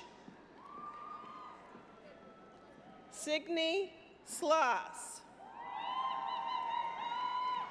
Eliane Shields. Emily Edwards. Rebecca Lieberman. Jingshe Yang.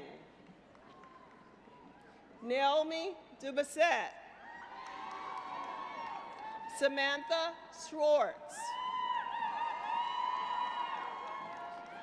Meshit Liu.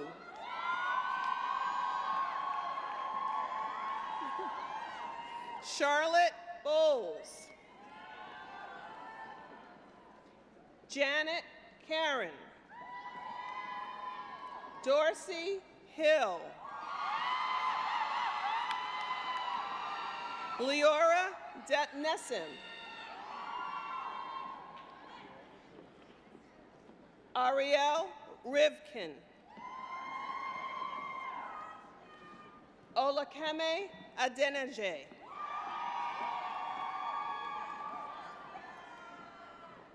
Megan Carty.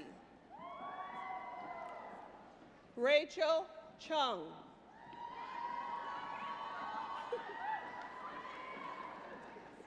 Rachel Doddle. Gianni Latange. Ashley Arana. Emma Guida. Sabrina Bremkelawan. Women's Gender and Sexuality Studies. Clara Butler. Natasha Camille.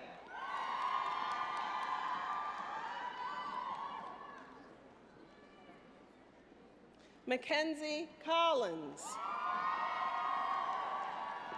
Tara Corey. Juliana Pei Benito. Alay Said.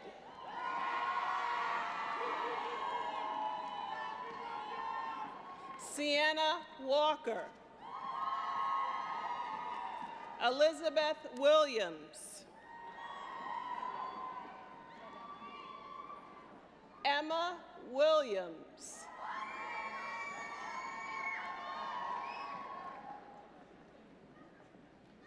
Catherine Murphy. Marcela Rodriguez.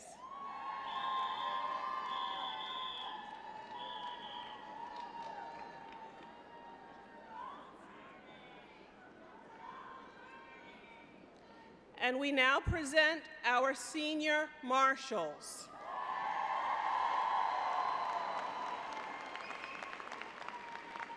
Sadia Ahmed. Marquita Amois. Dina Asfaha. Nikita Ash.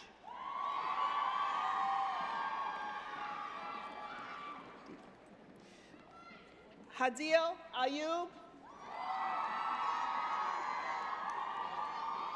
Emma Brearley. Allison Corley. Lou Dye. Sheza Abu Dalal.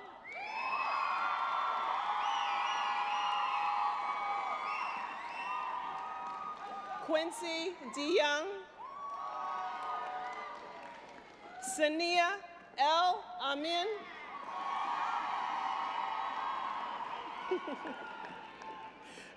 Alejandra Figueroa. Gabriela Flamenco. Nisha Ayer. Dylan Caput. Sarika Kumar.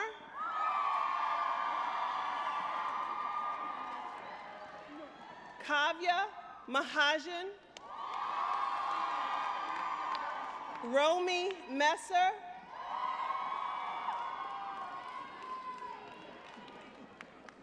Julissa Pagero. Nilem Patel. Sanjana Parekh. Monica Powell. Deborah Holtman. Maniha Patrice Sabado. Elka Scipiani. Haley Sheck.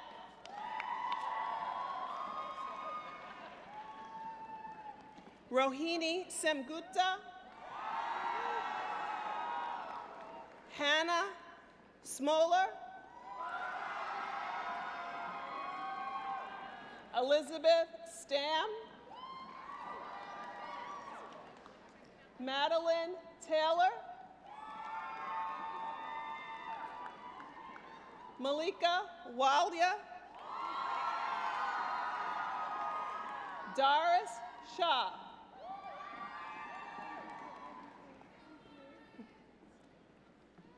Diana Arpi Yosefian.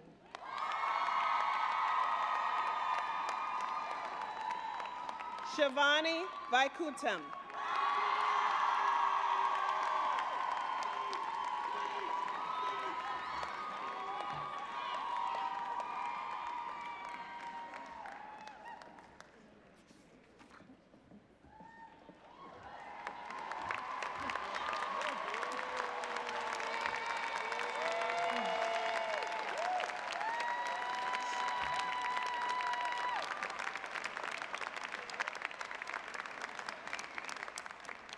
It is my privilege, acting on the authority delegated to me by the Board of Trustees and on behalf of the faculty of Barnard College, to present these students just named at the Columbia University Commencement Ceremony to be held tomorrow morning for the degree of Bachelor of Arts with all the rights, privileges, and responsibilities pertaining thereto. That's fancy for meaning you're done. Congratulations.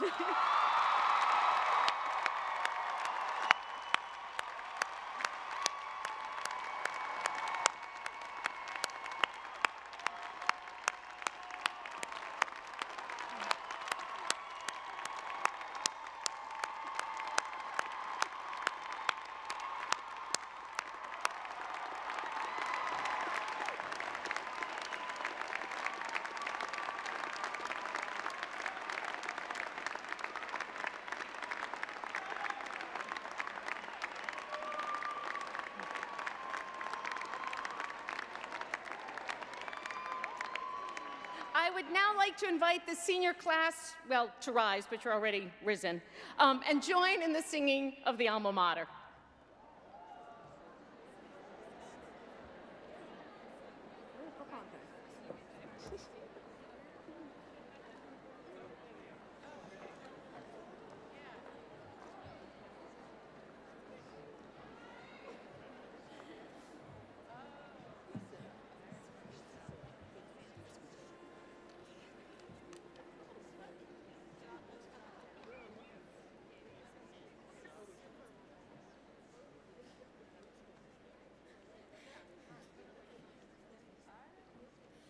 There's a college on a hilltop that's very dear to me, and a certain group of students with ties of camaraderie.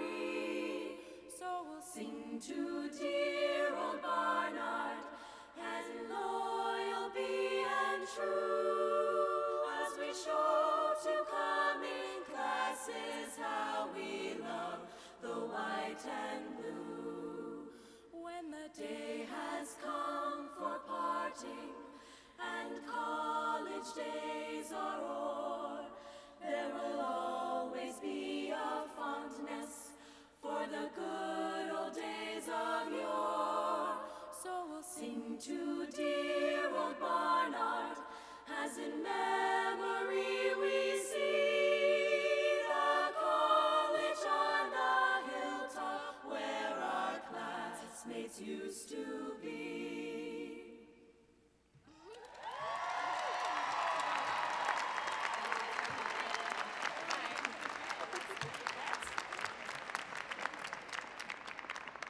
I now declare this 124th ceremony of the presentation of Barnard candidates for the Bachelor of Arts degree adjourned.